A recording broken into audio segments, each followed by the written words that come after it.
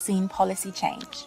In another blow to the deep state global vaccination agenda, one of the most high-profile athletes to have refused the experimental mRNA COVID-19 vaccines, Novak Djokovic, will be able to compete at the US Open this year after the US government's recent confirmation of a revision to its COVID-19 vaccination requirements, which will end all COVID-19 vaccination requirements for international travelers from May 11th. Djokovic was further deported from Australia, but remained steadfast in the affirmation that he would rather skip Grand Slams than accept the COVID-19 vaccine shot. Djokovic has won 3 of his 22 major titles in the US Open, and is now set to compete unvaccinated at the Grand Slam holding in the USA this August. Public primary and secondary school teachers in Akwa Ibom State, Nigeria, have called off the 4-day industrial strike action, sequel to a resolution reached by the state government with the leadership of the Nigerian Union of Teachers, NUT. Teachers under the aegis of Nigeria Union of Teachers last week began an industrial action over unpaid entitlements. As a result, public schools remained shut after the resumption for third term. The Commissioner for Labour and Manpower Development has affirmed that the government and labour leaders have dialogued on the issues that gave rise to the industrial strike action and described the resolution as a win-win outcome. The teachers have confirmed their imminent return to the classrooms for the commencement of academic activities for the third term. US compensates people injured by COVID-19 vaccines for the first time. In the first wave of government compensations for COVID-19 vaccine-related health issues, at least 3 people have received compensation for their injuries through the Countermeasures Injury Compensation Program, run by an agency within the U.S. Department of Health and Human Services. Between them, the recipients had suffered allergic shock and heart inflammation, or myocarditis, and have now received compensation payments of several $1,000s each. Under the CICP, people who survived their vaccine-induced injury can receive money for unreimbursed medical expenses and lost employment income. The payouts mark the first time the US government has paid people which were injured by the COVID-19 vaccines, first introduced in late 2020, and since proven to cause serious medical complications as well as death. Improvements to patient care as Nigerian midwives trained in ultrasound tech. Over 400 midwives and nurses have been trained by NGO, the Wellbeing Foundation Africa, on the use of portable handheld ultrasound machines in the 4 Nigerian states of Osun, Kwara, Lagos, and the FCT, with a view to improving knowledge on maternal health issues. The midwives have been provided with both theoretical and practical sessions on the use of the V-scan machine, covering the basic principles of ultrasound technology, image acquisition, interpretation, and reporting. The NGO's program coordinator noted that this is the first time midwives and nurses are being trained on the use of ultrasound scan machines in the country. Before this development, doctors in Nigeria have been solely responsible for handling the ultrasound scan machines.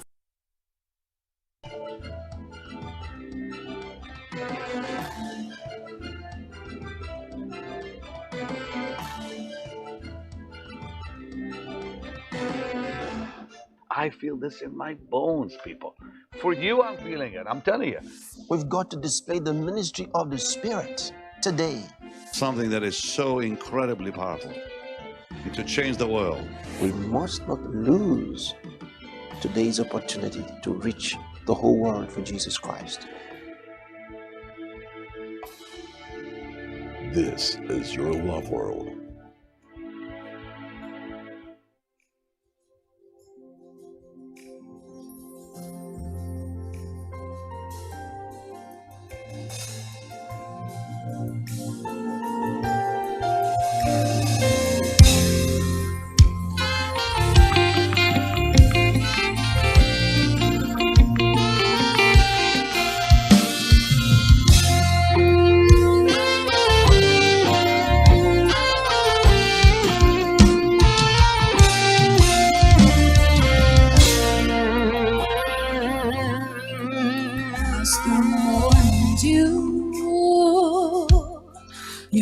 Is refreshing.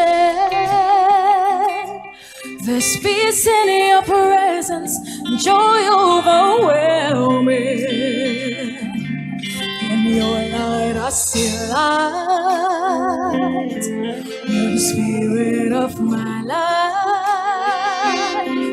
You're the essence of life. Your word is greater than love. God, my creator.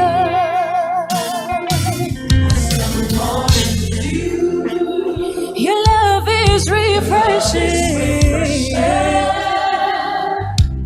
There's peace in your presence, joy overwhelming. In your light, you're the spirit of my life. You're the essence of life. Your word is greater than gold.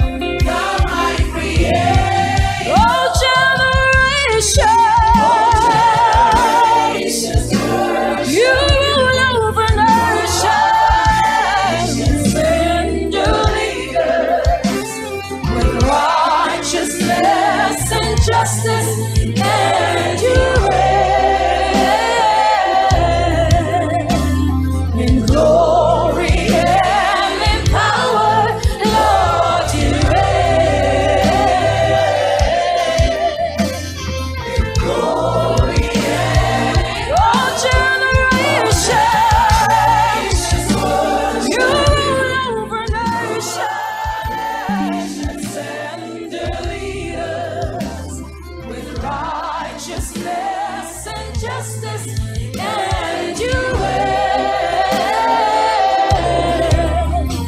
in glory and in power. Lord, you reign. Glory and in power.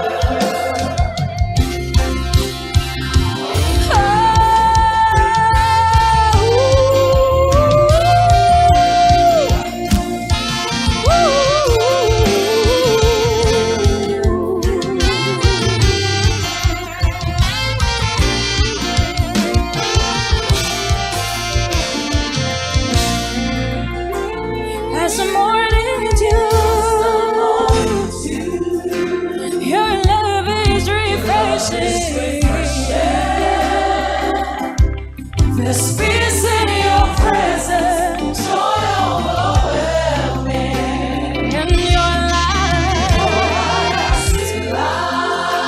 you're the spirit of my life. You're the essence of life.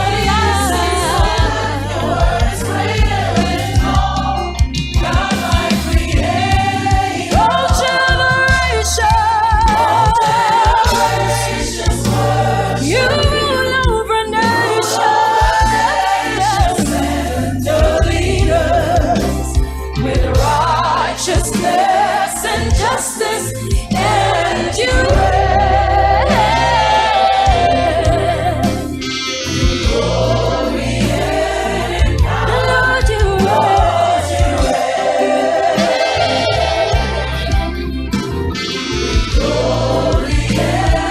all generations, Lord, you rule over nations, the leaders with righteousness and justice, and you reign in glory and in power. Lord, you reign. Glory and in power.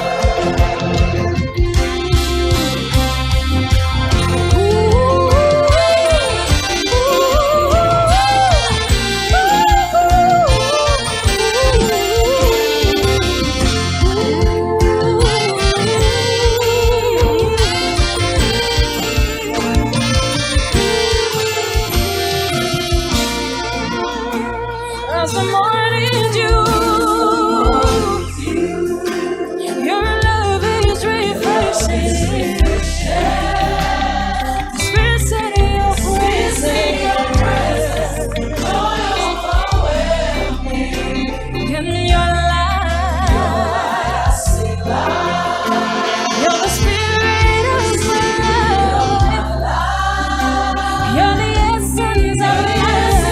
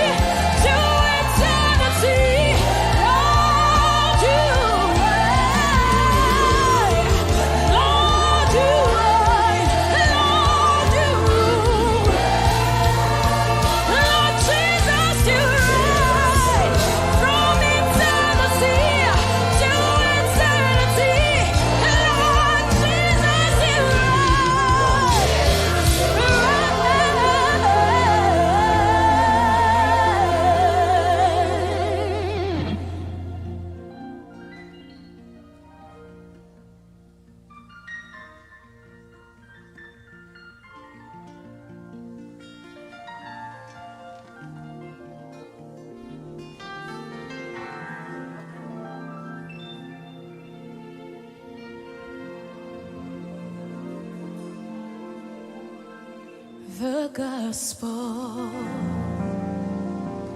is an explosive grandeur of a revelation of you in all the heavens and all the earth. That you'll never pass away.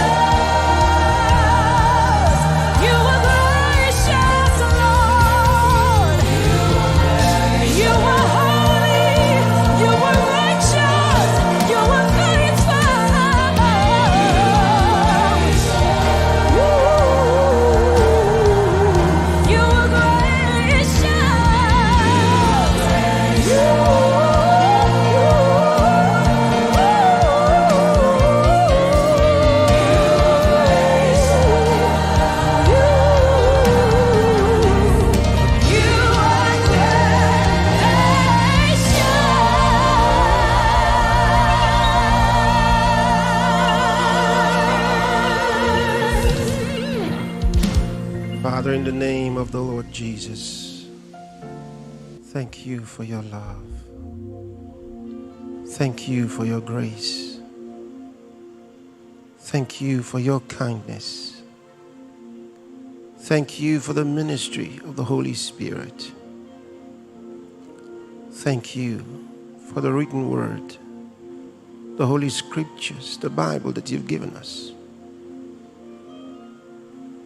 Thank you for unveiling to our hearts the things of the kingdom of God, that we should know him that is true, and we are in him that is true. Thank you, Lord. Now again our hearts and our minds are open to be guided, instructed, informed, taught by you. We receive all that you have for us in this hour. In the name of the Lord Jesus Christ. Amen. You may be seated.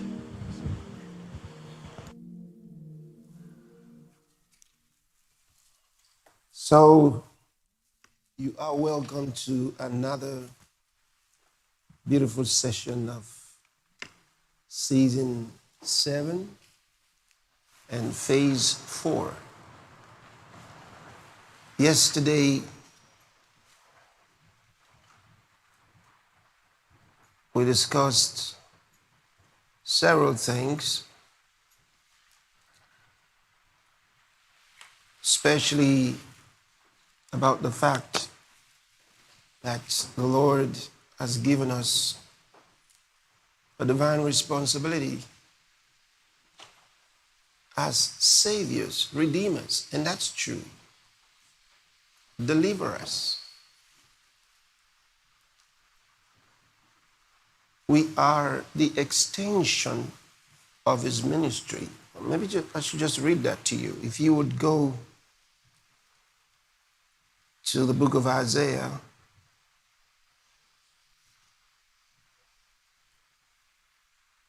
chapter 53, I'm going to read from verse 9 to verse 10, and they're both long verses. Remember, this is a prophecy from Isaiah ahead of the Christ who would come hundreds of years later. But he foresaw this, and he says, and he made his grave with the wicked and with the rich in his death, because he had done no violence, neither was any deceit in his mouth. And just by the way, if you would look closely,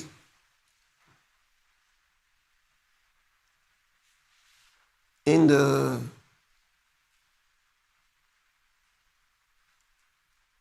of course it's not the subject, but since we're there, the Hebrew word for death is actually in the plural, which is significant. We talked about that before, in his deaths. Of course, in most translations, most English translations, they leave it as a singular, but it's actually in plural, because it's true. He died 2 deaths on that cross. He had to die spiritually first, because our sins were laid on him, and spiritual death is separation from God. And once that was possible, when that happened, because our sins were laid on him, then the physical death became possible. Otherwise, he never would have died physically. He had to die spiritually first. So the Hebrew word there is in plural. And he made his grave with the wicked and with the rich in his debts. That's the way we read. Because he had done no violence, neither was any deceit in his mouth. Now look at the next verse. Yet it pleased the Lord to bruise him. he had put him to grief. When thou shalt make his soul an offering for sin, he shall see his seed. Look at that. After he's been made a sacrifice for sins, he shall see his seed. That is remarkable. That is remarkable. He calls the church the seed of Christ. When thou shalt make his soul an offering for sin, he shall see his seed. Why is that very, very important? Because in the listing of the generations, the number of generations in St. Matthew's Gospel, you get to the Christ, and instead of that being the 14th generation when you count, it turns out to be 13th generation. And so many wonder, they say, but it says 14 generations, I count, and it's 13. Well, because in Christ, you've got 2 generations. See that? You've got 2 generations. You're counting himself, and you're counting the church as his seed. He shall see his seed. In fact, in the Psalm, it says, his seed shall serve him. It shall be counted to the Lord for a generation. And that's remarkable. See? So that seed shall be counted. So the Lord says for a generation. So that makes it the 14th generation. All right, we're not done. I'm just speaking some nice things for you along the path. All right. So he says again, yet it pleased the Lord to bruise him. He had put him to grief. When thou shalt make his soul an offering for sin, he shall see his seed. He shall prolong his days. That's the place I was taking you to. That we are the extension of his ministry. He prolongs his days through us. He prolongs his days. He shall see his seed. He shall prolong his days, and the pleasure of the Lord shall prosper in his hand. So God's pleasure, the Father's pleasure, shall prosper in his hand through the church, because he prolongs his days through the church. So we're carrying out the ministry of our blessed Lord Jesus Christ. That's wonderful. That's wonderful. So this message of salvation began with him. Again, let me show you another scripture, because I just gave you this ones from the Old Testament, but let's see. Hebrews chapter 2 from verse number 3.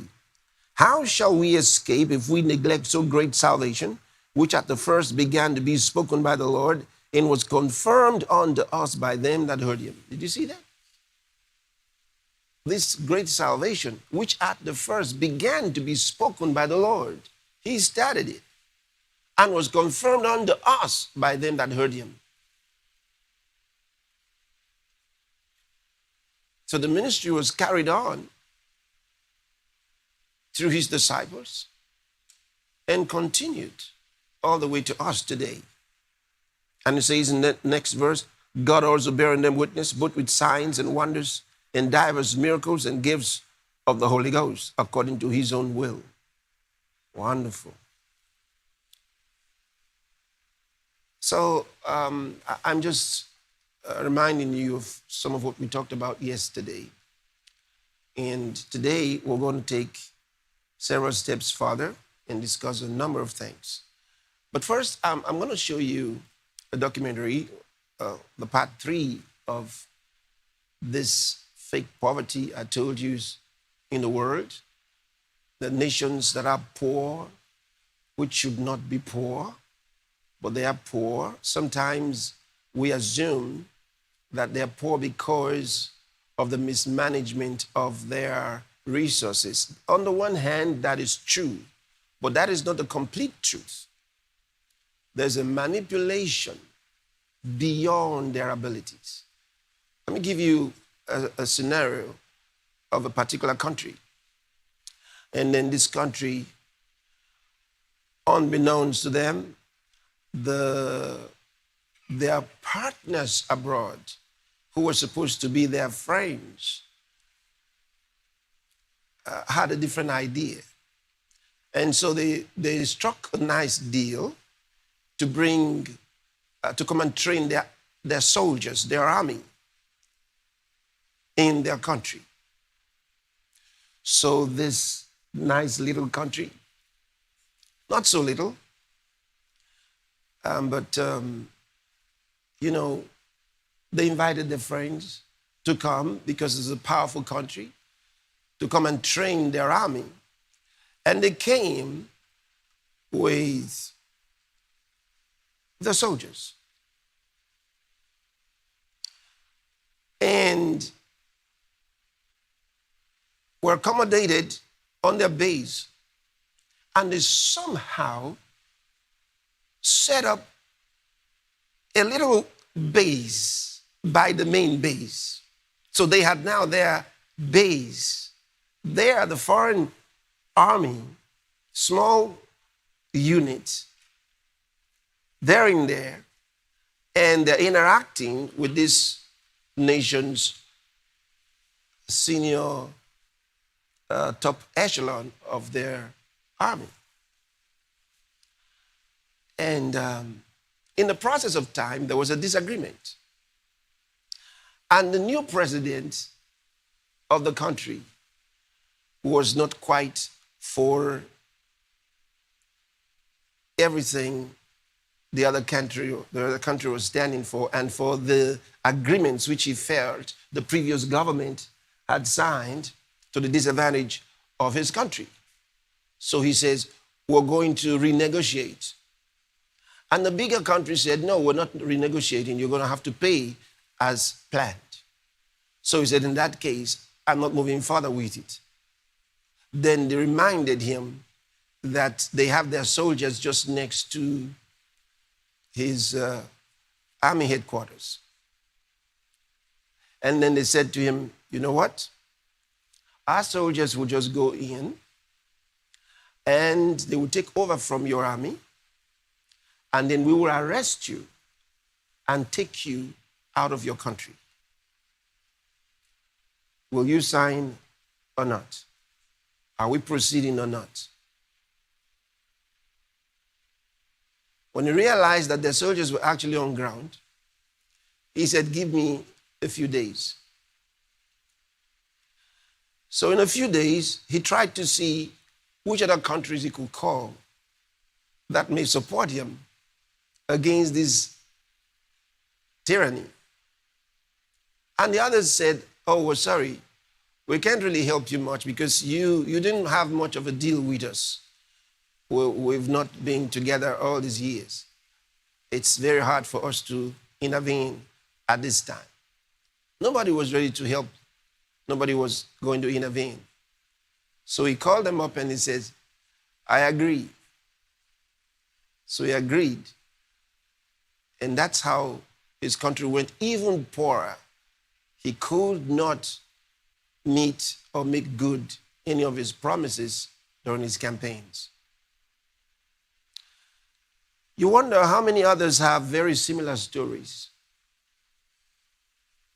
So the poverty of many of these nations is not just because their leaders are not good enough, are unwilling to do right, they're corrupt. That's just a little part of the truth. The bigger part of it is there's an invasion, a silent invasion. There's tyranny. They're governed from outside based on the stupid agreements their predecessors made. Some countries have no power over their own army anymore. Their citizens don't even know it. So, this is why you have to rethink that no matter the protests they have in the streets. In fact, those protests a lot of times are manipulated. They are stirred up by the same people who were the creators of the situation in the first place. And so they bring destabilization to that country whenever the leaders say they want to do something different. And I'll read you two scriptures.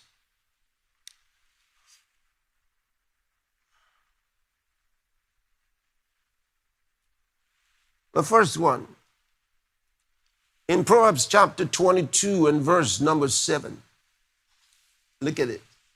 The rich ruleth over the poor, and the borrower is servant to the lender. As long as you're borrowing as a country and borrowing from the IMF and the World Bank that don't have money, and they are using your own resources to pay you back, or to pay you, or rather to, what do I call it? To control you. They're using your own resources. They're borrowing back your money to you. Here's what the Bible says. The rich ruleth over the poor, and the borrower is servant to the lender. Now, this is clear.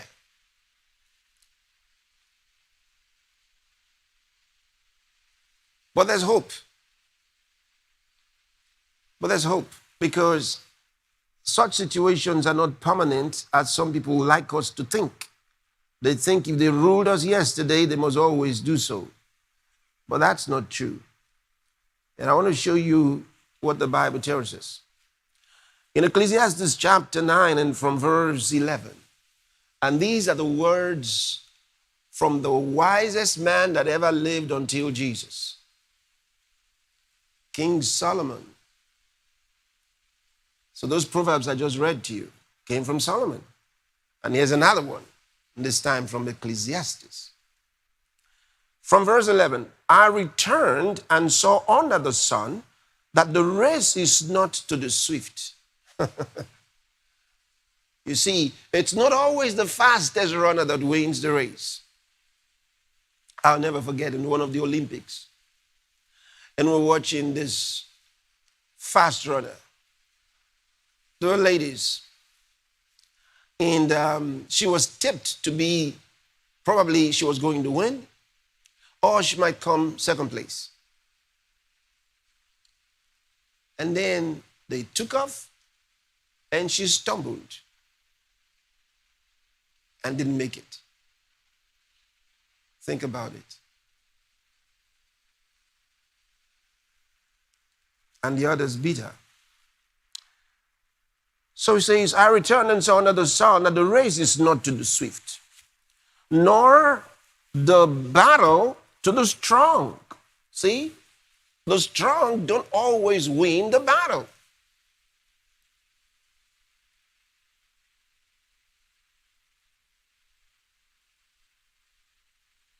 Neither yet bread to the wise, nor yet riches to men of understanding.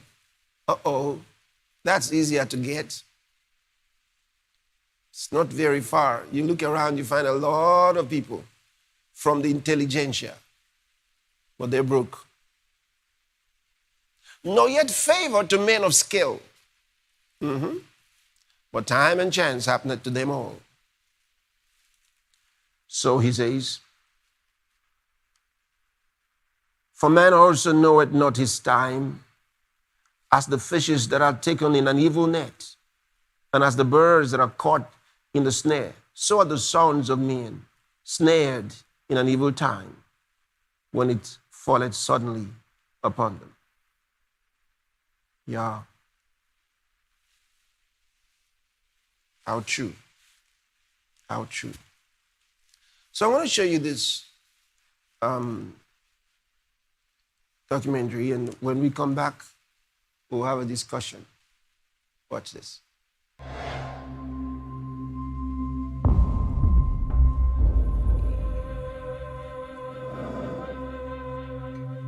In a world where there is so much wealth, with modern cities and ample resources, how can we still have so much poverty?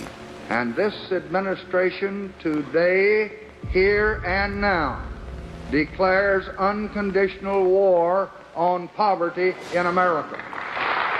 The world's poorest countries remain imprisoned, enslaved, and in chains.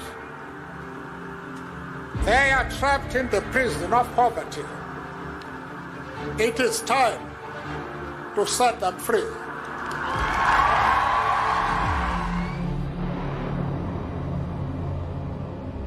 The global food crisis that's about to burst in 2023 is going to be far worse than most people dare to imagine. This is not a conspiracy, a possibility, or a forecast for the future. It is happening right now. In fact, for years, the United Nations has been warning about the rise of global hunger and urging global leaders to do something about it. We were a generation of people who had been in World War II. So when a war against poverty was launched, it was typical of all of us at that time to think of this war, the war against poverty, in terms just like the war against Hitler. They've been trying to fight poverty so long. For decades, they're talking about it. So how long does it take to actually destroy it? How long does it take? Why has it suddenly become an enigma? Why is it so difficult?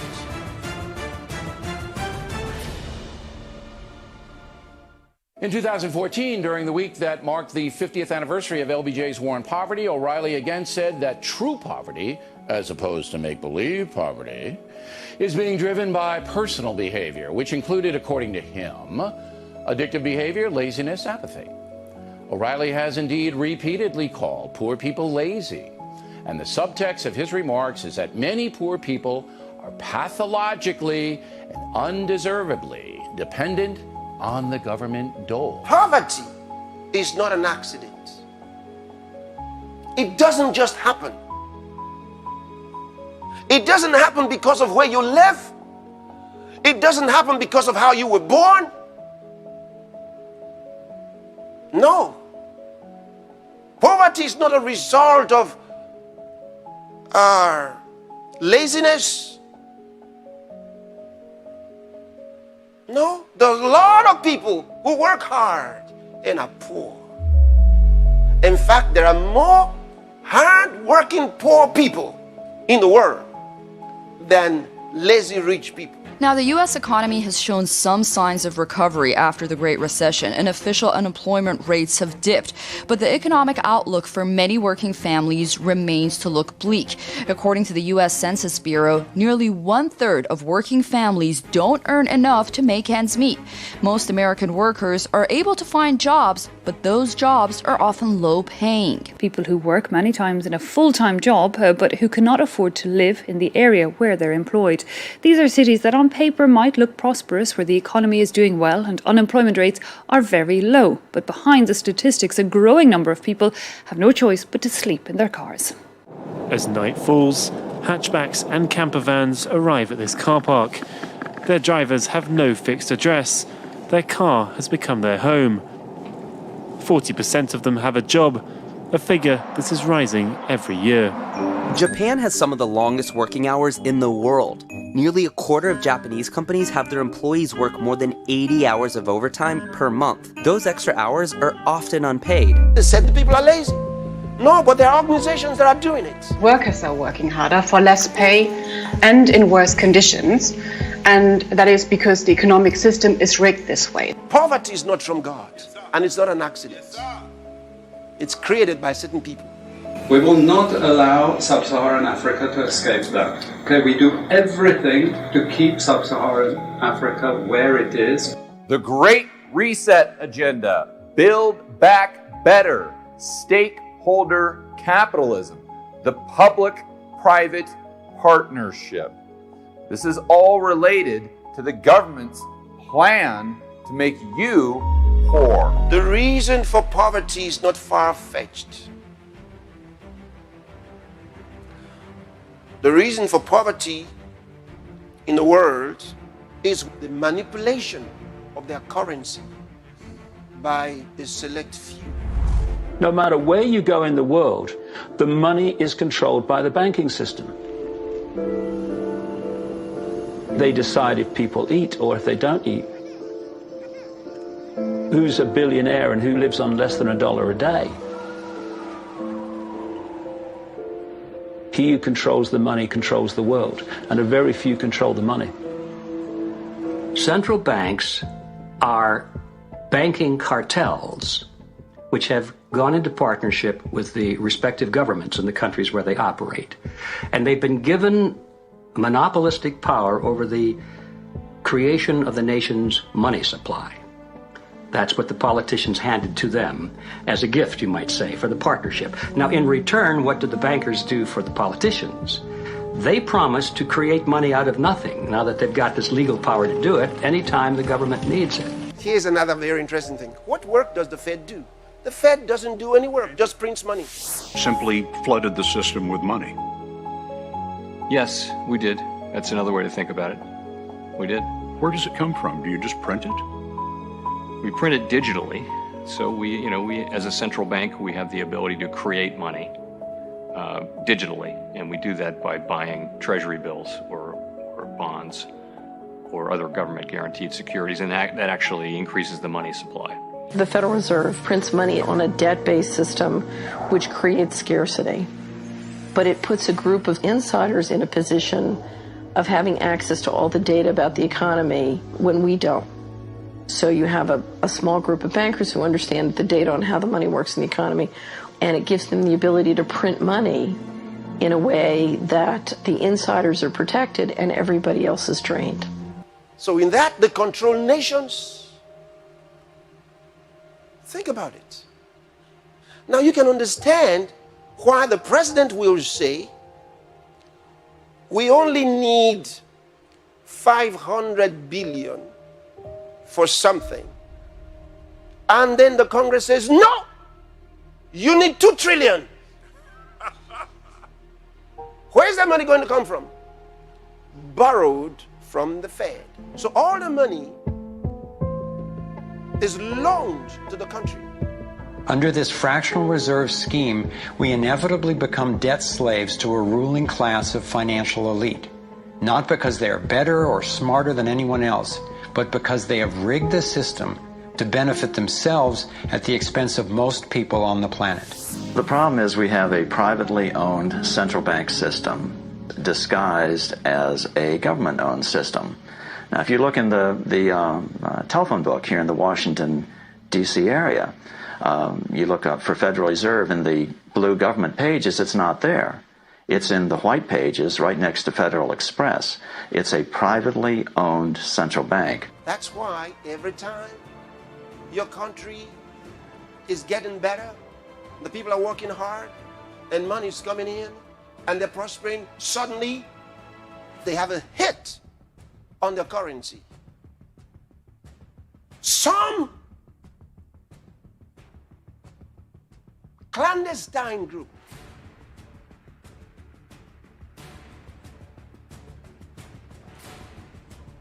takes a shot at the currency and destroys it. Why? Because that's how they get rich. Let's set up a game of Monopoly and you want to buy Park Place. What I can continually do is just print money, give myself more money, lower the value of your money by printing more. No matter how hardworking you are or how successful you are, I can always end up buying you for free. What they do is they pull the fishing line in. They push interest rates up. Now, fewer people, are taking out loans, and they make the criteria for having a loan from the bank stronger anyway. And also, now, as interest rates have gone up, a larger part of people's income is going to pay back the extra interest and not being circulated in buying things. Suddenly, there's nothing like as much money in circulation, and therefore, fewer things are being bought. Companies start to go down in terms of their profits. They start to shed jobs, and they start to go out of business. People lose their jobs, they can't pay the mortgage anymore of the big house they took out in the good times. Now what the banks are doing is starting to reel the fishing line in, because as they go bankrupt, companies and individuals, the banks get the real wealth, the property, the land, the resources that they had signed to them for lending merely figures on a screen. Now this economic cycle of fishing line out, fishing line back, lots of units in circulation, pull them in, has been going on for centuries.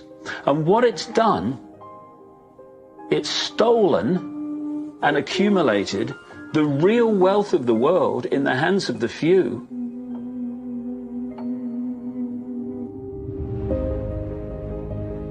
That's the reason for poverty of nations.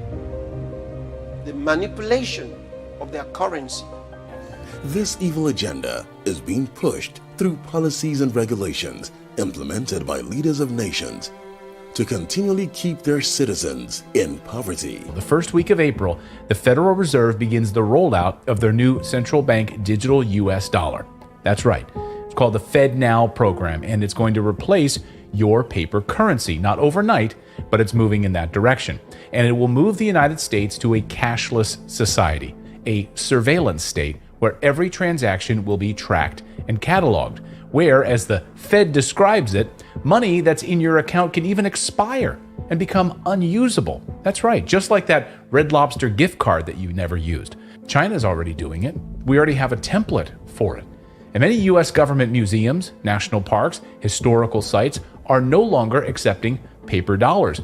And many American businesses have already gone cashless as well. They'll pretend it's all about convenience, but really, it's all about control. The reality, as the financial system gets more controlling and more invasive, it's a little bit like bringing up a corral around us. And CBDCs, central bank digital currencies, and vaccine passports or digital IDs are sort of the last shutting of the gate. It's hard for many people to imagine the risks here because we're so used to living with financial transaction freedom, and we don't understand that when this gate closes on us, we literally will be sitting in a system where the central banks believe that our assets belong to them, and they can dictate where we can spend money and what we can spend money on. Policies such as negative income tax have been proposed to encourage individuals on lower incomes and benefits to seek out work, as it would be financially advantageous for them to do so. Today, everybody thinks taxation is normal. It's not normal. It came at a certain point in history for every country where it's done. And find out who was responsible for it. Satan, the devil. Why? Because taxation is a sign of ownership. And to make that effective, you must have no personal property. They have to rob you of your personal property. You will have nothing. And that's why they're coming from the back door and selling the idea that you own nothing but you'll be happy. In fact, some organizations have already bought into it. With the plans of the deep state, the agenda is to ensure you own nothing. And they want to control your decision making by depending on them. They orchestrated food shortages in the world, increased taxation, artificial scarcity with inflation, to further increase unemployment rate around the world. Many are forced to buy seasonal seeds from multinational corporations, meaning that every year they need to buy more or fail to produce their crops. Food production is now part of a global system designed to generate capital, not ensure food security. Despite unprecedented demand at food banks in some areas, more than 10 million hens are estimated to have been culled due to the claim of COVID-19 related slaughterhouse shutdowns. By now, over 100 million chickens and turkeys have already been wiped out by the bird flu pandemic that's gripping the United States and Europe. And experts are warning that the death toll will continue to grow now that cold weather is arriving. The pork industry has warned that more than 10 million pigs could be culled by September for the same reason. Closure of meat plants due to coronavirus means the population of hens and pigs. We're facing a food pricing problem that's created havoc around the world.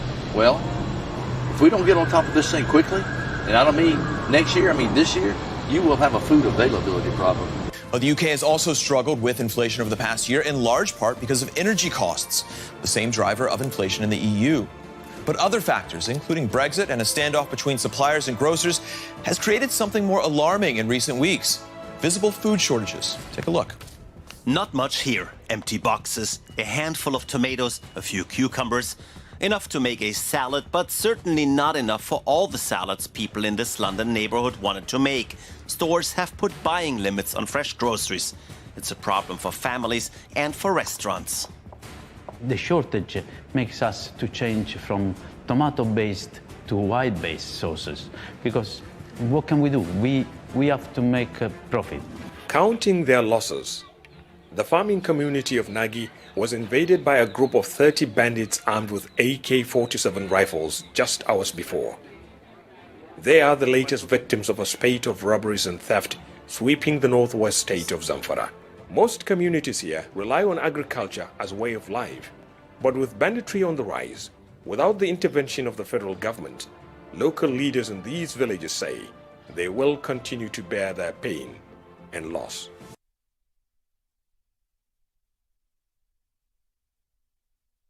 Money is coming in and they're prospering. Suddenly, they have a hit on the currency. Some clandestine group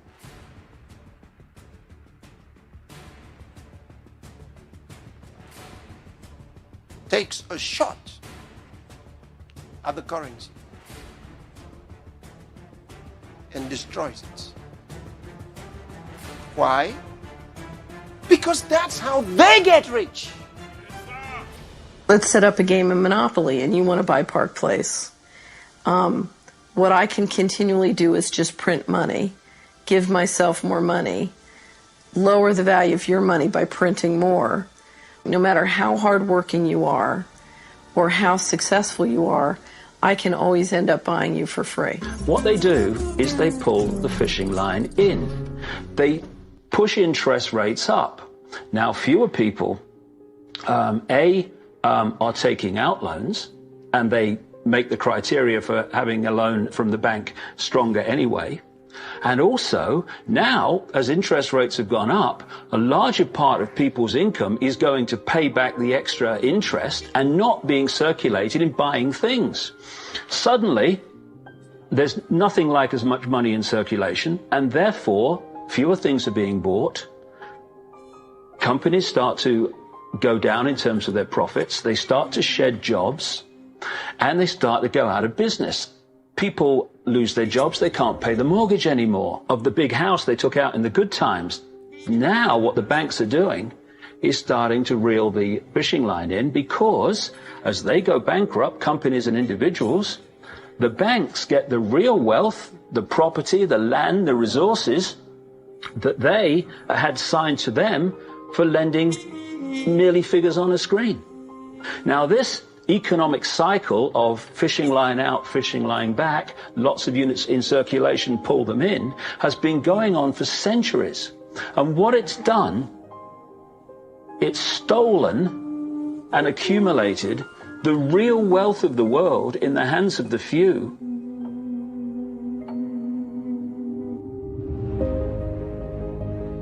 That's the reason for poverty of nations. The manipulation of their currency.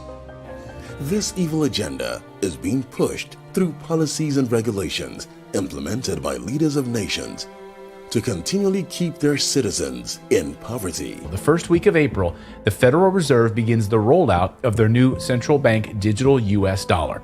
That's right. It's called the FedNow program, and it's going to replace your paper currency. Not overnight, but it's moving in that direction. And it will move the United States to a cashless society, a surveillance state where every transaction will be tracked and cataloged, where, as the Fed describes it, money that's in your account can even expire and become unusable. That's right, just like that Red Lobster gift card that you never used. China's already doing it. We already have a template for it. And many U.S. government museums, national parks, historical sites are no longer accepting paper dollars.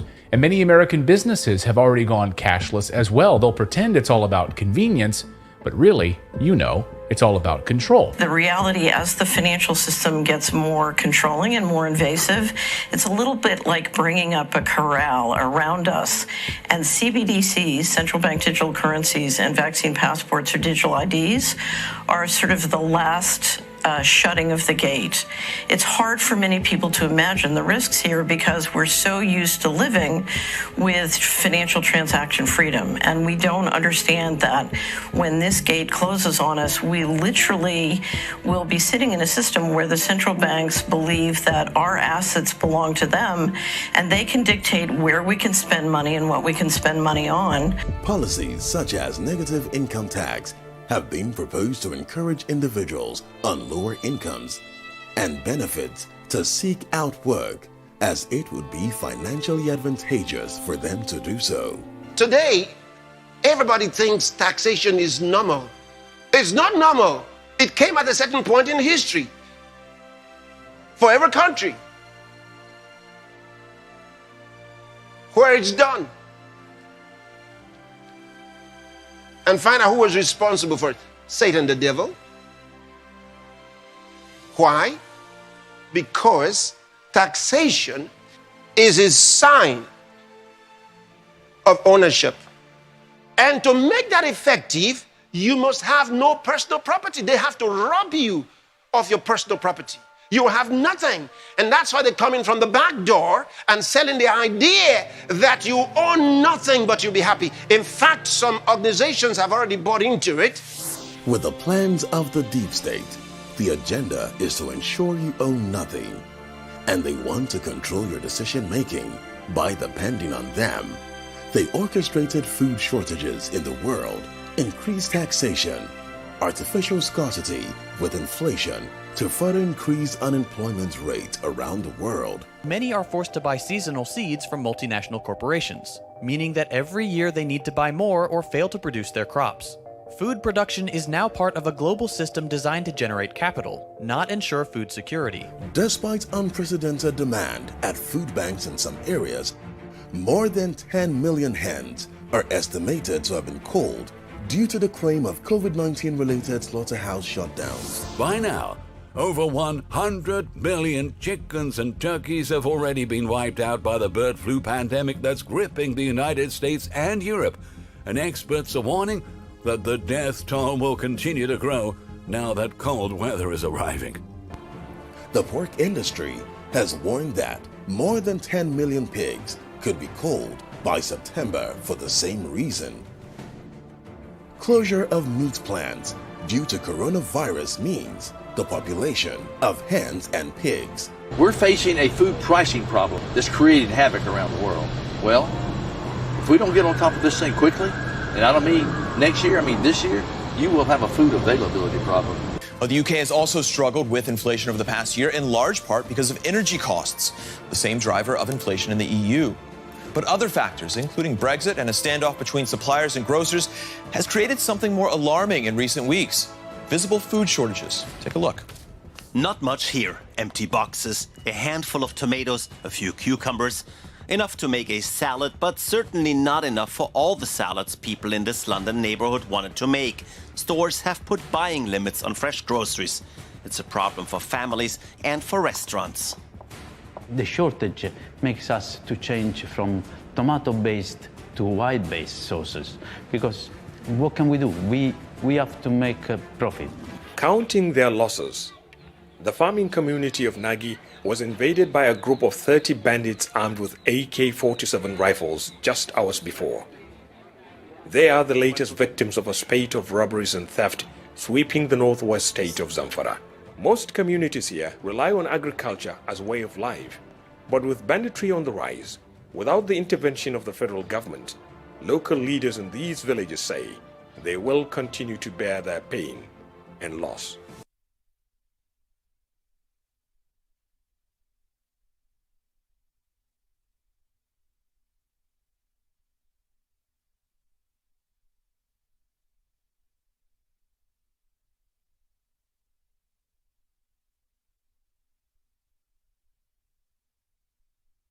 But it's a call to responsibility, to vigilance.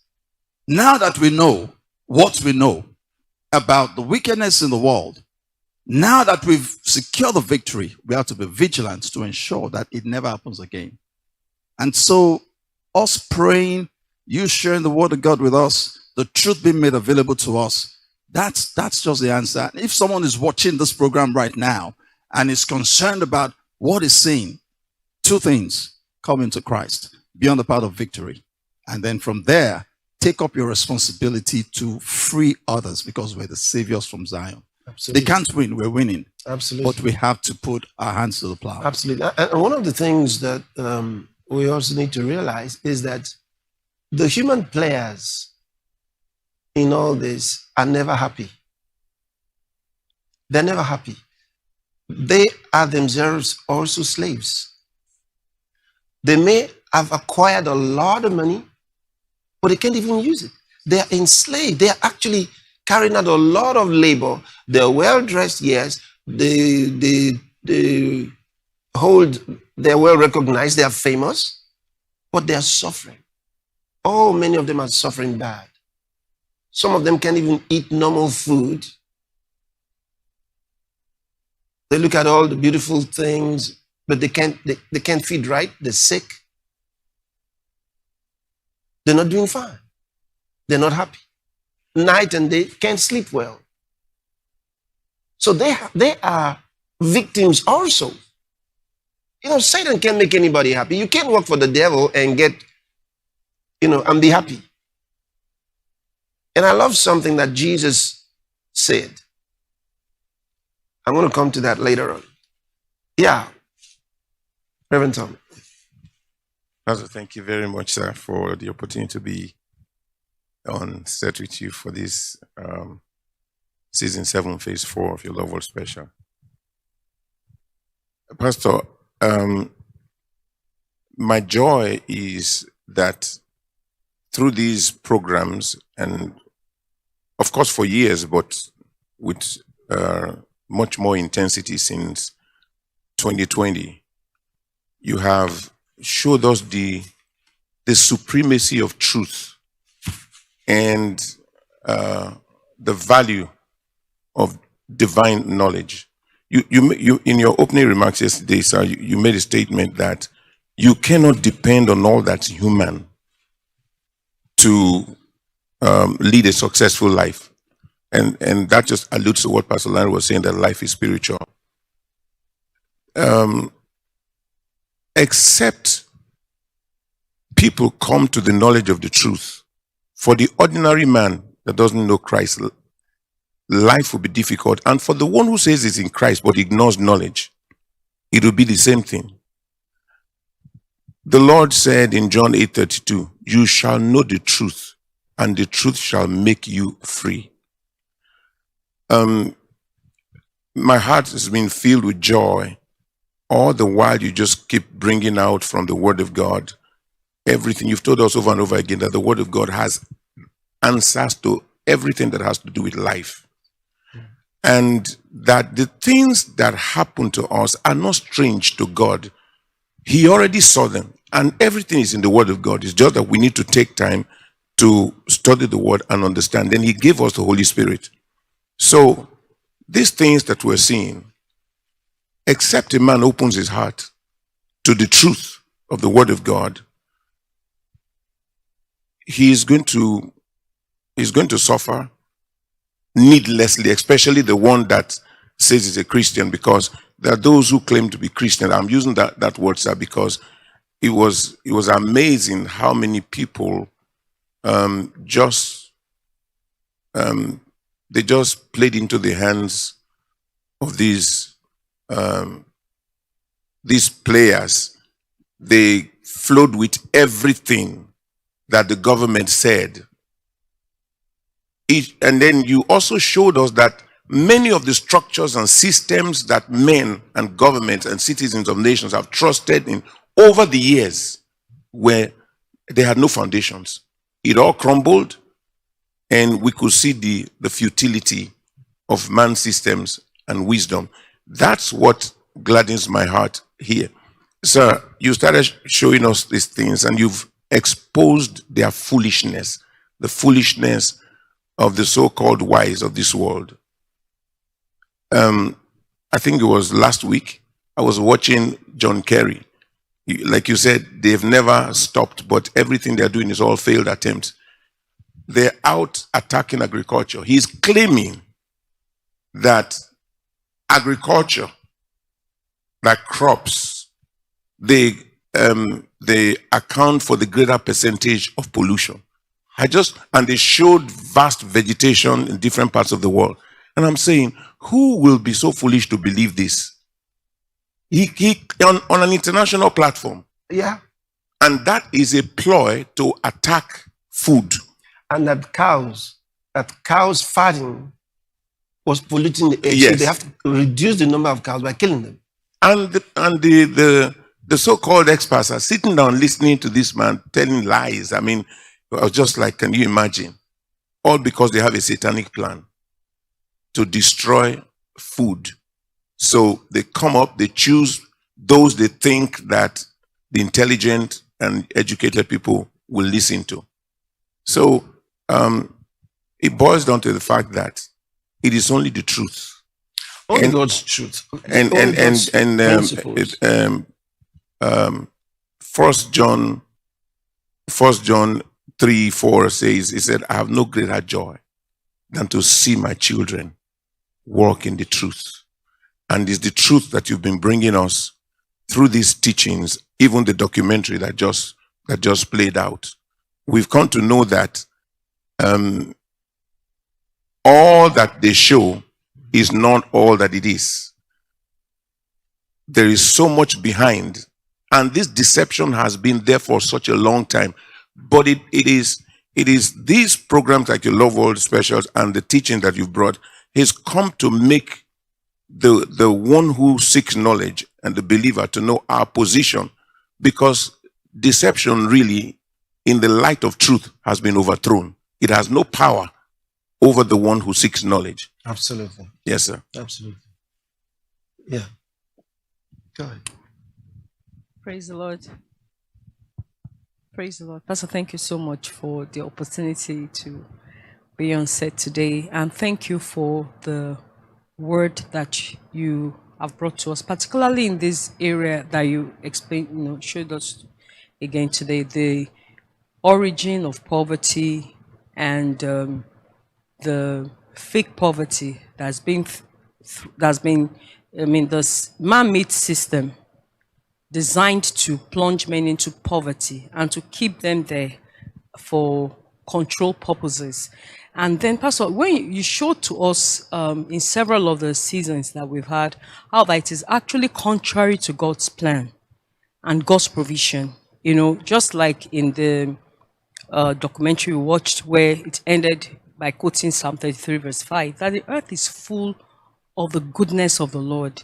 And in reality, when you travel, maybe from city to city, or when you're in an airplane and you watch the vast, land of beautiful vegetation, at the right level, you then wonder, why will there be poverty? Why will people be looking for food? In the recent Richard World extravaganza, one of our translated language missionaries who was on set and came to share with us how that in Panama, for example, someone was arrested because he planted, and that was just in confirmation of what you had been sharing with us. I mean, so she was shocked because she was telling them, why are you hungry when you have beautiful land and you can plant? Only to find out there was a ban on planting. You can't plant anything for yourself. You can. You'll be arrested. In fact, there was someone that was arrested while she was there, and the whole community had to come together to bail the man out. But right from the that God's is imposed poverty. Yes, Pastor, imposed, and God has shown us in many ways. Pastor, thank you very much, because really the teaching opened the eyes of many people. From the scriptures, God told the children of Israel in Deuteronomy chapter 15, verse 4, that there need be no poor person. If you read it in the Living Bible, it said that you shouldn't have a poor person among you if you walk according to the word I've given you. The blessing is such that you should not be borrowing. There shouldn't be a poor person. You know, when he was sending them out to deal with one another. And then the Lord Jesus Christ said in John chapter 10, verse 7, that I have come that they might have life and have it in abundance. Another translation says to enjoy it to the full. That shows the mind of God. Then when the Lord, you know, was sending a message to the church in Smyrna through John, the Apostle John, he told them, he said, I know your suffering and I know your poverty. Then in brackets, in the King James, he said, but thou art rich. Meaning that I can see your suffering, but you can do something about it, but you are rich. Actually. So you can do something about it. But Pastor, when you say share with us, I now realize, and many people, how that we can do something about it. There are principles in the Word of God, but because we are saviors from Zion, some people don't know those principles. They don't know the Word of God. They don't know the will of God. They don't know the mind of God to them. But now, we the saviors know, and you have taught us that how we can pray. Because like you just said again, even those that make some of those policies, they don't know why, they're not happy. But like in the case of David, we can see the hand of the devil behind it. So anything that is contrary to it, now we see, no matter how sweet, no matter how they quote it with what seems to be the right reason, poverty is not in God's plan for man. The earth is full of the goodness of the Lord. It can be destroyed. Yes, Pastor, it can. Thank you. It's spiritual. Yes, Pastor, that is it. Yeah. So I want to thank you so much. Thank you, Pastor, for the opportunity to be on the set again. Pastor, when you share these things with us and give us this insight, I remember something you said a few months ago. You said there are 3 categories of people when it comes to what's happening in the world. Those that are full of faith, those that are full of fear, and those that are ignorant. Those that are full of faith are those who they understand that, like you've been teaching us, and I'm so happy, Pastor, you before you showed us the documentary, you told us before that you are the seed, you are Christ's seed, you are to make a change. So we entered into the video, not alarmed, but like, this is something we have to deal with. So you're either full of faith, knowing who you are, knowing what the Word of God says, or you find those who, they watch this and they are full of fear because they have no answers. But we are the ones that are called to bring these answers, and that's the whole purpose of these programs, to enlighten us by the Spirit so that we can have answers for the unlearned and for the fearful.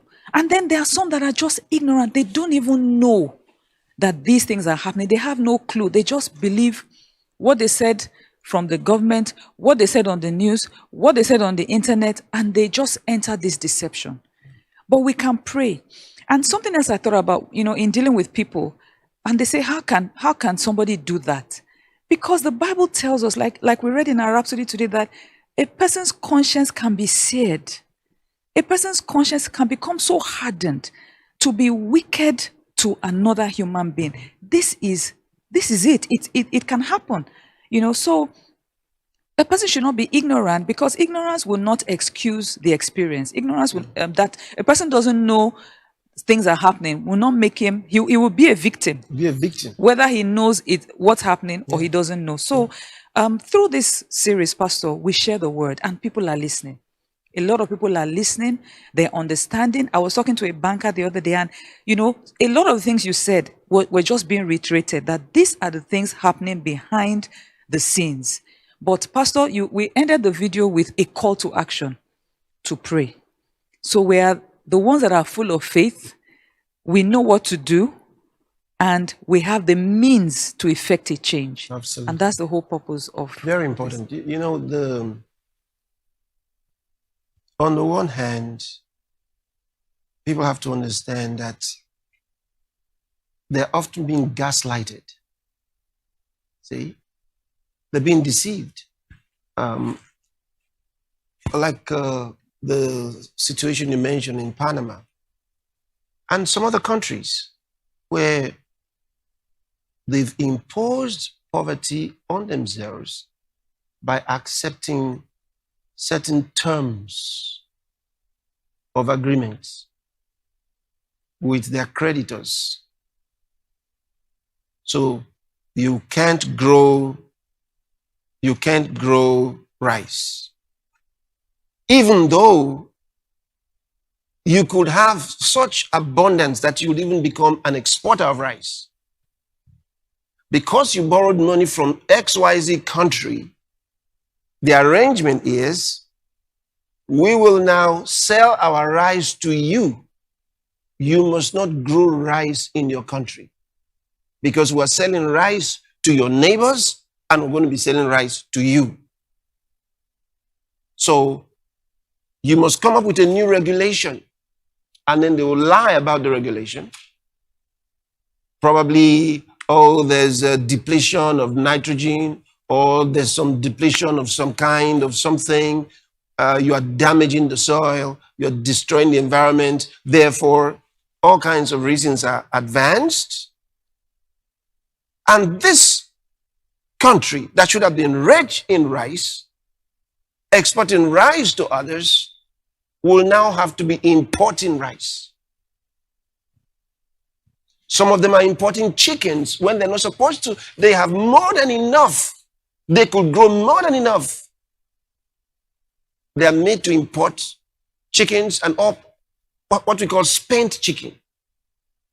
These parts of chickens that are supposed to be used in feeding animals in the zoo are imported into their countries. You see it?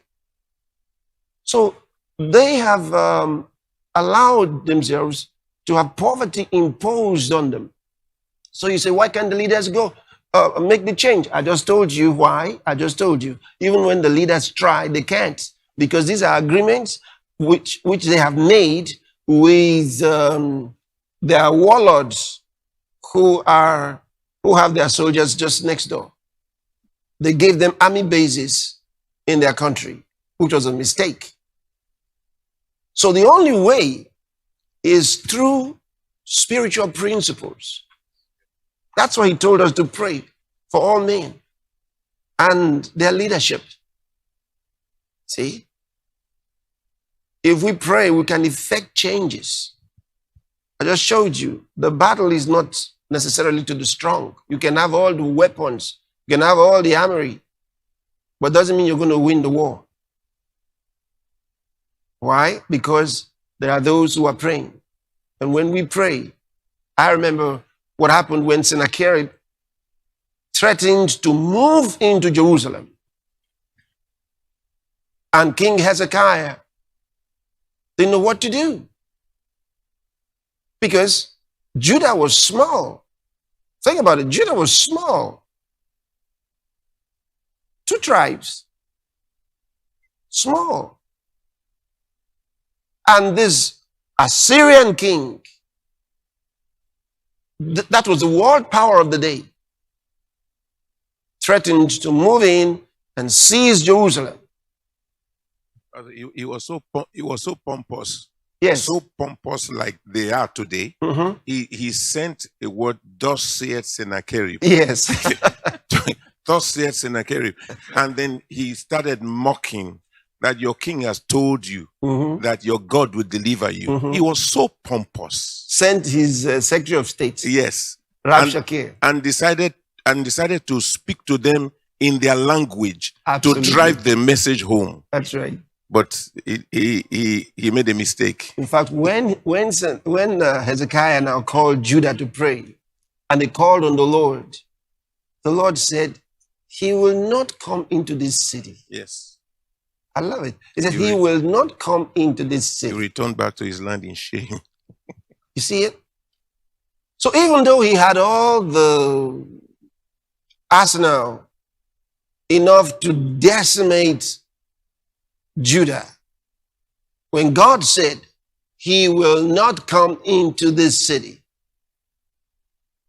it didn't happen. He couldn't come.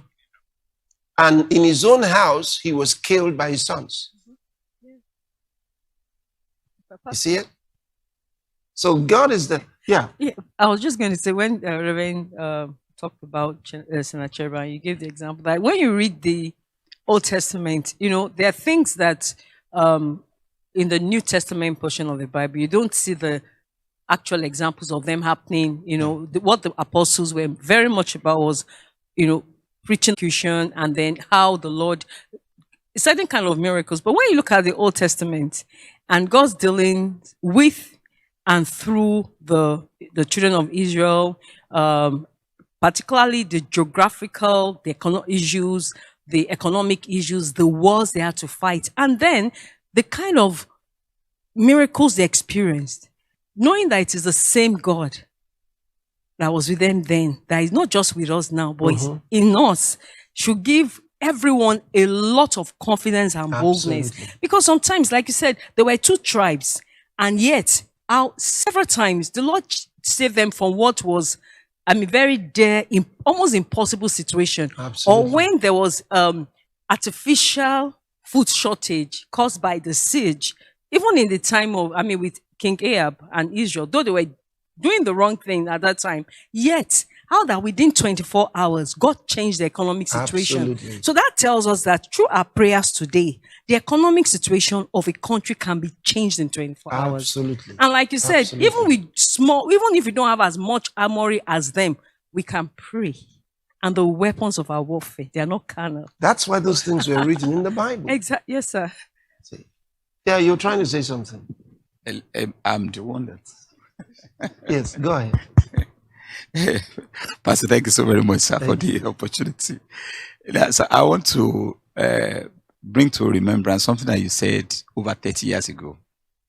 It was on a service day, and you told us that we should not be surprised if the bottle of Coke at that time was sold for 50 of Nigerian money. It was like 50 kobo then. Yeah. So you told us that if it becomes 50 naira, 50 naira, that we should not be surprised. We all say, no, it's impossible. So that was 30 years ago. Then you said that has there been a time in this world where we just woke up one day and we discovered that all the prices have come down? That our declaration always should be that we should always be above inflation. Yes. And that is what has happened all of these years. So you told us that all we just need to do is just to add another zero, and another zero, and another zero. So for the Christian, if we stick to the word, we will always come back with a testimony. We will always be above. We will always be victorious. So it's just let us know that we are in safety. Then, sir, this whole setup is like a mistake for the devil. Okay, I said that because of what the scripture says in 1 Corinthians chapter 2 and verse 6. Say, how big we speak wisdom among them that are perfect, yet not the wisdom of this world, nor of the princes of this world that come to naught. But we speak the wisdom of God in a mystery, even the hidden wisdom, which God ordained before the world unto our glory, which none of the princes of this world knew. For had they known it, they would not have crucified the Lord of glory. Now, how does that come to us? When this COVID-19 started and people were afraid, now for us, it was almost like a big door opening for the gospel, because what we never knew was possible in terms of healing streams, for example, reaching billions of people. Suddenly, we just saw that this resulted to it. So the same thing with Rhapsody of Realities. That is now, all the languages of the world and reaching billions, so is a mistake. So we should know, anyone that is watching should just know that for the believer, we're already on the side of victory. So whatever comes up, it will always turn out for our good. And we are going to dominate until the rapture. Hallelujah. Just as we have said, sir. Yes, in fact, what you just mentioned to them about something that I said over 30 years ago, and I said, what you have to do is stay above inflation. Okay. Since all that period, since I said so, all right, we are sitting here today. Yes, sir. I've proved it. Yes, sir. Yes, sir. That's more than 30 years. Yes, sir. I've proved it. So, just to point it out to you. Okay. Now, Pastor, here's what. I'd like to read a story in the Bible. Yes, portion to illustrate some of the things you said. This is from 1 Samuel chapter 13 from verse 19. The story, I'll just read it. It says, not a blacksmith, I'm reading from the NIV. Not a blacksmith could be found in the whole land of Israel, because the Philistines had said, otherwise the Hebrews will make swords or spears. So all Israel went down to the Philistines to have their plow points, mattocks, axes, and sickles sharpened. Did you see that? That's extraordinary. They couldn't have blacksmiths because there was a kind of regulation. Yeah, a kind of regulation to disallow them so they will not have weapons to fight them. So it's like nuclear weapons today. Only some countries have the right to have nuclear weapons. So, Pastor, it affected their farming because even their farming utensils, plow points, mattocks, axes, and sickles had to be sharpened in the land of the Philistines. And the price was 2/3 of a shekel for sharpening plow points and mattocks, and 1/3 of a shekel for sharpening forks and axes and for repointing goads. So on the day of the battle, not a soldier with Saul and Jonathan had a saw or spear in his hand. Only Saul and his son Jonathan had them. You see that? So it started like agricultural, they should come and sharpen their sickles, but then they couldn't make weapons. So on the day of battle, only Saul and his son had a sword or a spear. So it's not new. This nations controlling the economy of other nations is not new. And the only way you come out is by the power of God. And that's what you said years ago about leaders. It was at the December 31st service. You said every wise leader must be a student of the Bible. Yeah. Because only in the Word of God can you see the information and the truth. Because sometimes you wonder, why are the leaders so consistently deceived? How come they're not seeing the deception happening around them and even learning from what happened to generations before them? But because wisdom can be found anywhere else but in the Word of God. And that's in Israel today is a world power today. Yes. Hallelujah. It's a world power today. And guess what? All what you have in Israel right now, all the people so far can only trace themselves to those 2 tribes. They haven't found the 10. Yes.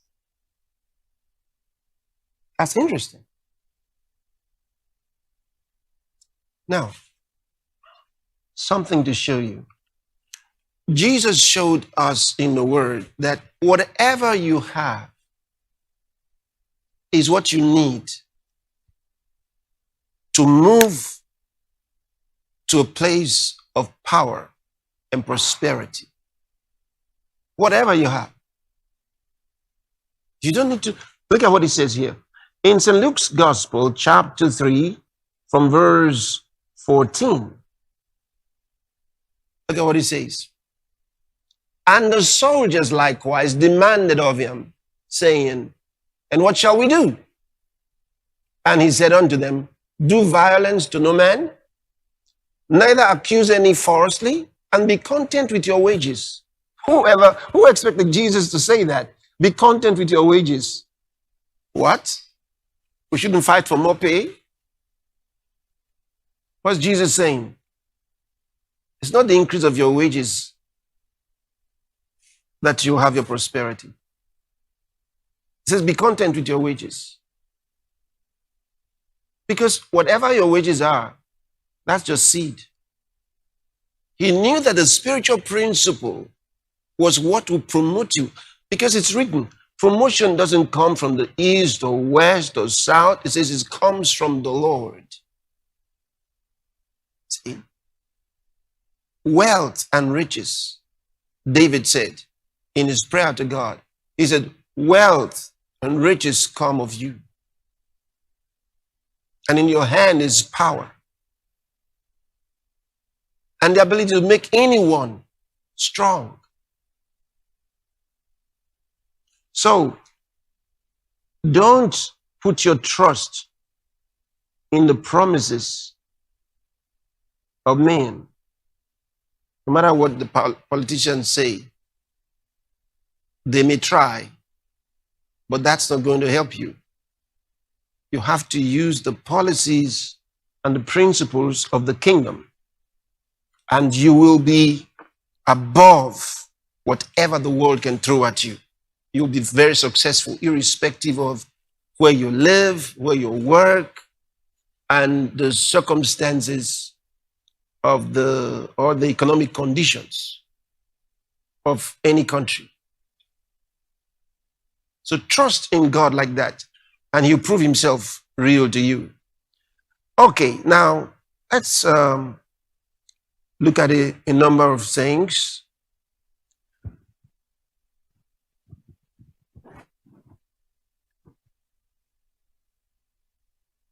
Number of things in the Word of God. You know, I've discussed on several occasions already how we need to be careful and wise about this treacherous transhumanism that's perpetrated and promoted by Klaus Schwab and his World Economic Forum and their allies. And I hope we can discuss some of that soon and look at it from the Bible and discuss some more on AI. Because not a lot of people know what it's about and the implications, its possibilities, etc. But I've introduced a little bit to you already so that you understand exactly how that works. Was it on your Loveworld or was it on Reach Out World? Did I discuss that on your Loveworld specials? On Reach Out World? Yeah, you said something about the Okay. chat box, and then I'll work on the social media. Oh, yeah. So it was on Reach Out World I discussed AI. Okay, so hopefully we'll have some time to discuss that soon. But let's look at some real powerful things in the Word of God that help to position us. Let's read from the first epistle of St. John, chapter 4, from verse number 1. An area we have discussed before.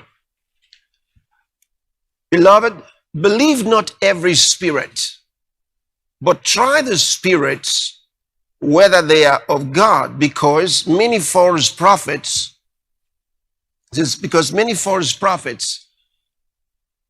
are gone out into the world. I'm just going to read till verse 6, and then I'll read again from two other translations. Hereby know ye the Spirit of God. Every spirit that confesses that Jesus Christ is come in the flesh is of God. And every spirit that confesseth not that Jesus Christ is come in the flesh is not of God. And this is that spirit of Antichrist, whereof ye have heard that it shall come. And even now already is it in the world.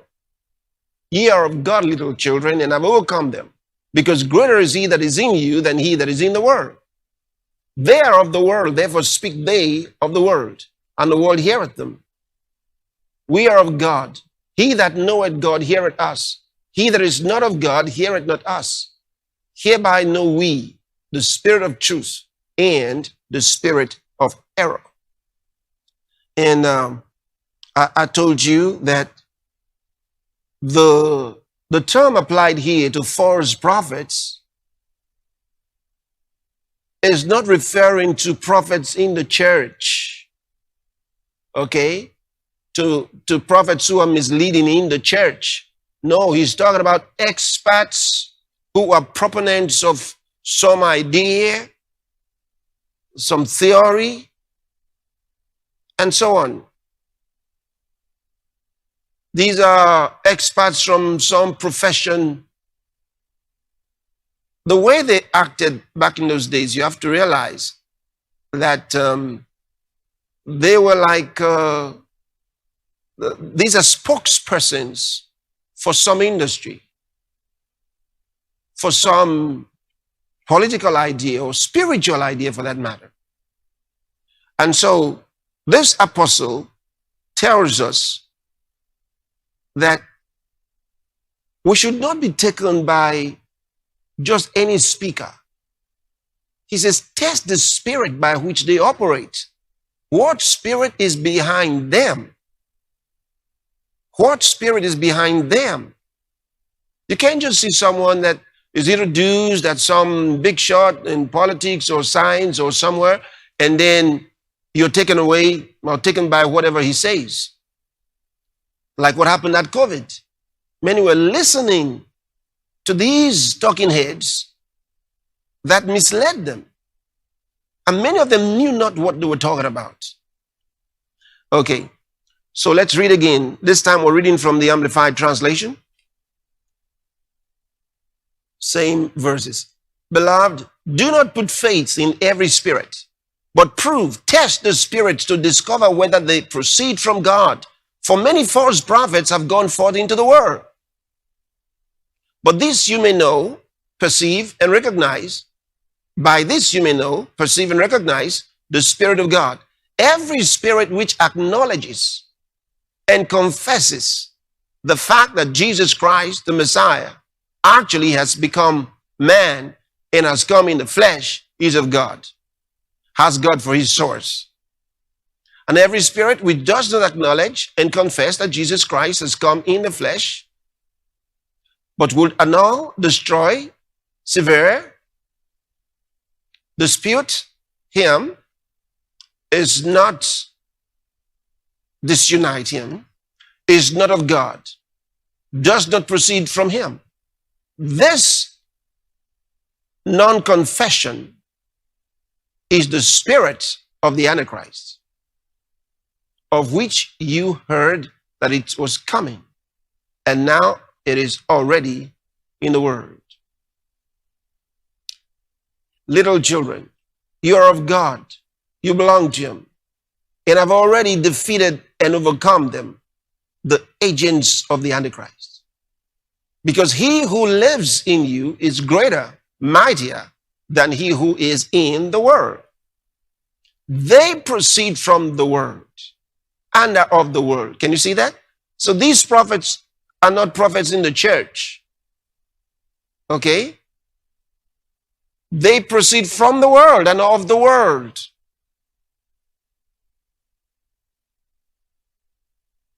So now you understand what kind of prophets is referring to. Therefore, it is out of the world, its whole economy morally considered, that they speak. And the world listens, pays attention to them. It's those expats, so-called expats, pseudo-expats, that the world listens to. They are invited to speak on the economy, and they speak. And they tell us what the economy should look like and what they expect for the next 10 years. They kind of prophesy. You see it? So they use their data, all kinds of frame data and modeling. They come up with computer models and tell you what your country should be doing. So the world listens to them.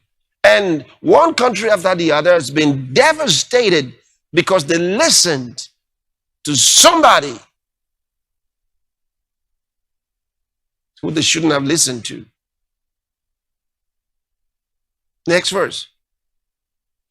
We are children of God. Whoever is learning to know God progressively, to perceive, recognize, and understand God by observation and experience, and to get an ever clearer knowledge of him, listens to us. See? And he who is not of God does not listen or pay attention to us.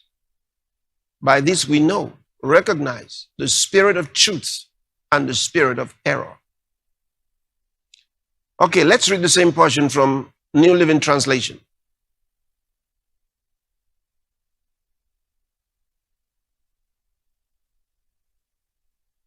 Dear friends, do not believe everyone who claims to speak by the Spirit. You must test them to see if the Spirit they have come from, if the Spirit they have comes from God. For there are many false prophets in the world. This is the way to find out if they have the Spirit of God. If a prophet acknowledges that Jesus Christ became a human being, that person has the Spirit of God. If a prophet does not acknowledge, now I want you to understand, they're talking about the spirit behind the prophet. He didn't say test the prophet, he said test the spirit. Test the spirit, not the prophet, but the spirit by which the prophet operates.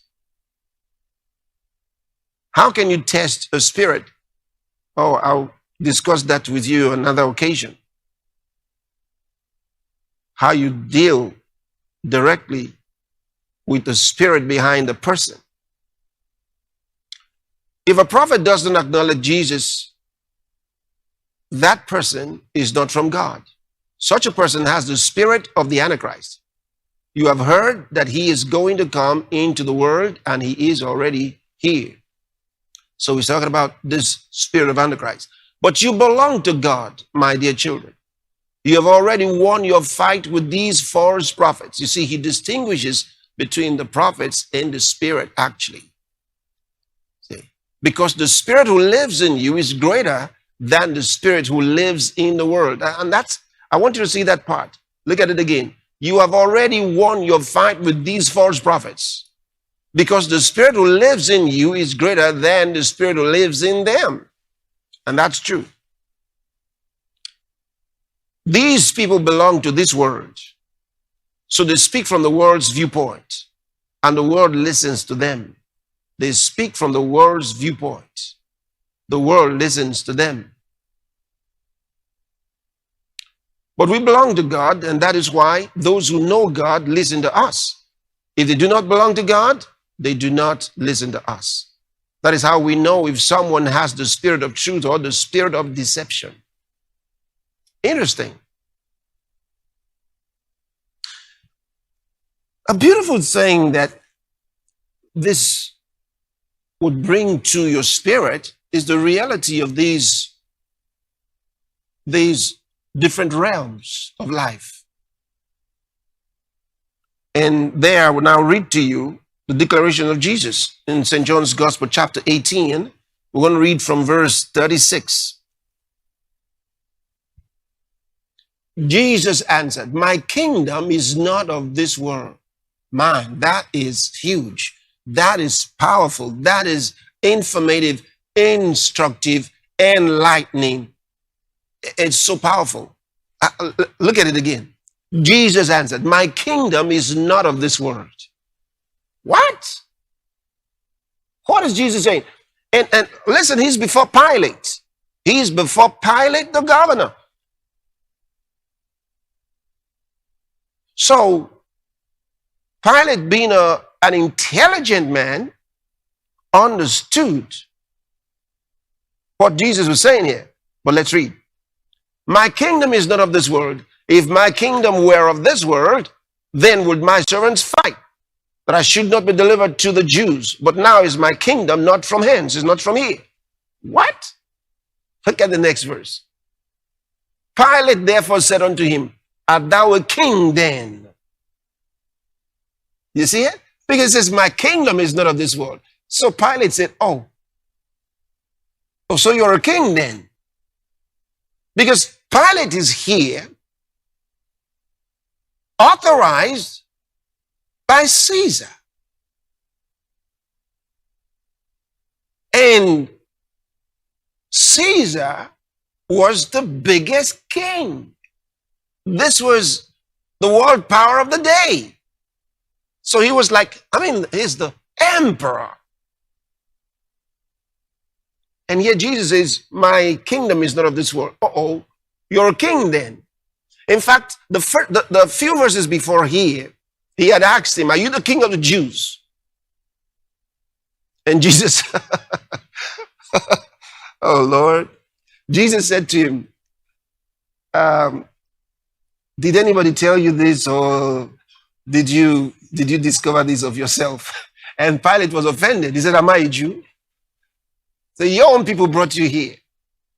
So he didn't quite like the answer that Jesus gave him. So he kept that to himself until Jesus said, my kingdom is not of this world. Aha! So you're a king then, right? He's trying to say, you, see, there's an accusation here underneath it. And the Jews understood that. So he says, you're the king of the Jews. Because if he says he was the king of the Jews, then the next thing will be, are you aware that you are supposed to be under Caesar? So Jesus says, did you make this up yourself or did somebody tell you this? So he didn't like that until he got here and Jesus says, my kingdom is not of this world. He says, okay now. So you're a king? Jesus answered. Now let's look at verse 37. The master's response. Well, Pilate therefore said unto him, art thou a king then? Jesus answered, thou sayest that I am a king. In other words, you said so. Now, you said so. What's that? Is Jesus... let's read it well. Jesus answered, thou sayest that I am a king. To this end was I born, and for this cause came I into the world, that I should bear witness unto the truth. Everyone that is of the truth heareth my voice.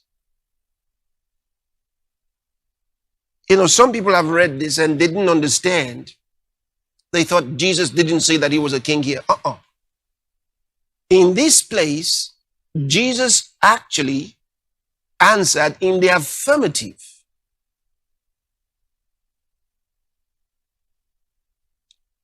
But he is saying, those are your words.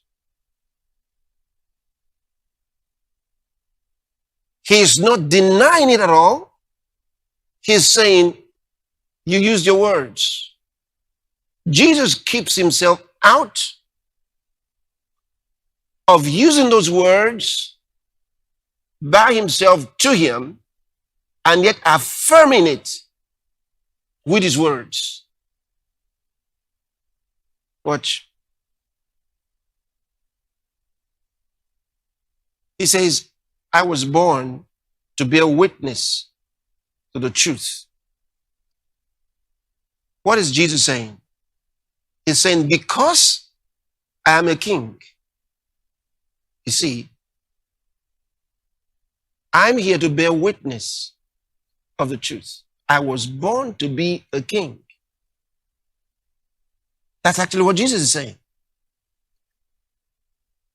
The Greek connotation of Jesus' answer here, you know, the punctuations that you're seeing for the arrangement were put there to help make it easier to read, but sometimes the translators are not careful with their punctuations, and the punctuations can rob the message of its actual meaning. If you take away the punctuations and read directly from the Greek, a translation that comes closest to what he actually said here is the Young literal translation. Now, if you have the YLT, the Young literal translation, let me read it to you from there. Pilate therefore said to him, art thou then a king?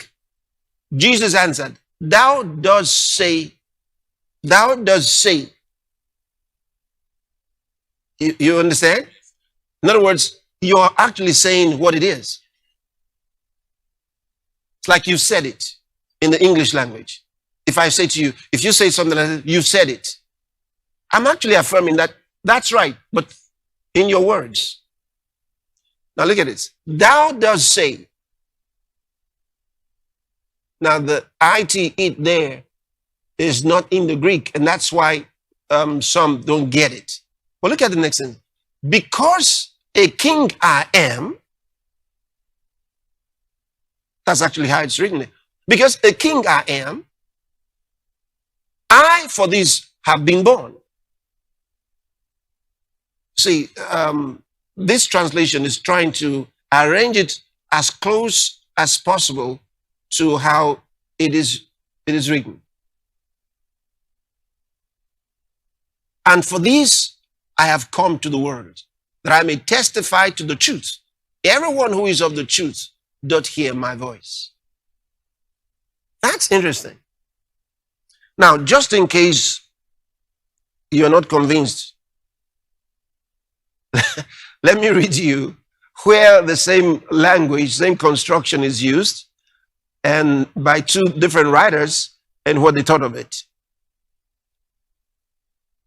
Now, you go to St. Matthew's Gospel, chapter 26, in verse 64. Now, Jesus is before the high priest. Let's read from 62, from verse 62, so we can. And the high priest arose and said unto him, answerest thou nothing? Because they were asking him questions, asking Jesus questions, and he didn't say nothing. So the high priest said, you're not answering? What is it which these witness against thee? Look at this. But Jesus held his peace. He was quiet. And then the high priest answered and said unto him, I adjure thee by the living God, that thou tell us whether thou be the Christ, the Son of God. You know, at this point, Jesus has to speak. He says, I adjure thee, because now he's using the name of the Lord to speak to Jesus. I adjure thee by the living God, that thou tell us whether thou be the Christ, the Son of God. Watch. Jesus said unto him, thou hast said. Same way he answered that Pilate. Nevertheless, I say unto you, hereafter shall ye see the Son of Man sitting on the right hand of power and coming in the clouds of heaven. Watch. Next. Then the high priest rent his clothes. He tore his clothes, saying, he hath spoken blasphemy. What further need have we of witnesses? Behold, now ye have heard his blasphemy. Which means Jesus' answer was taken by the high priest to be in the affirmative.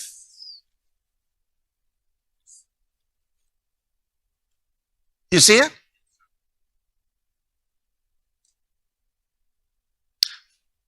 Now, let's see this very same story on this same occasion, what Mark writes.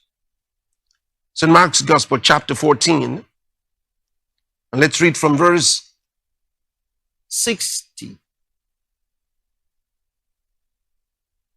And the high priest stood up in the midst and asked Jesus, saying, answerest thou nothing?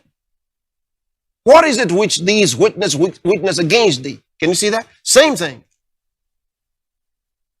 Next verse. But he held his peace and answered nothing. Again the high priest asked him and said unto him, art thou the Christ, the Son of the Blessed? Watch. And Jesus said, I am. Can you see that? So Mark clearly tells us that when Jesus says, thou hast said, it was in the affirmative. And everyone in the room understood that that's what Jesus said. So Mark, in his short writing, because, you know, Mark is a short piece, different from Matthew, which was much longer. He goes straight and says, Jesus says, I am. And you shall see the Son of Man sitting on the right hand of power and coming in the clouds. Same thing we just read. Next verse, look. Then the high priest rent his clothes, tore his clothes, and says, why do we need any further witnesses? Same thing. That's extraordinary. Now, I brought all that to say this. Jesus did make a clear confession. And this answer of Jesus before Pilate, after he had said same thing, to the high priest was very, very, very significant. Jesus declaring that he had a kingdom. Here, before the high priest, it says he's the Son of God. Before Pilate, he declares, I have a kingdom, I'm a king. Why is that important? Okay, follow me step by step now. Don't miss me here now, otherwise you just need your pillow and go to sleep. I want to show you what the Bible says about these two confessions. St. John's Gospel, chapter 1 and verse number 20.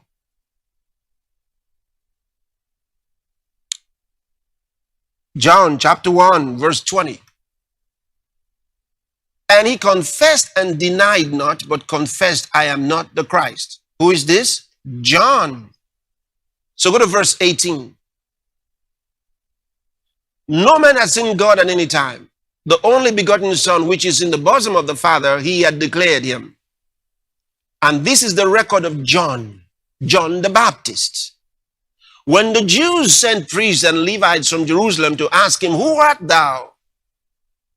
And he confessed and denied not, but confessed, I am not the Christ. I want you to follow what he says. He confessed. He made a confession. In other words, he bore witness. He bore testimony. He declared. He confessed and denied not. I am not the Christ. Okay. But in 1 Timothy chapter 6 and verse 13, we find something interesting. Paul, in writing to Timothy, says, I give thee charge in the sight of God, who quickeneth all things, and before Christ Jesus, who before Pontius Pilate witnessed a good confession. Now, John witnessed a good confession and declared and denied not. He said, I am not the Christ. But Jesus declared, I am a king. Look at it. Who before Pontius Pilate witnessed a good confession. Now, when you look at it like this, you need to know where this is going. Where are we going here? Now, when you read the book of 1 Timothy,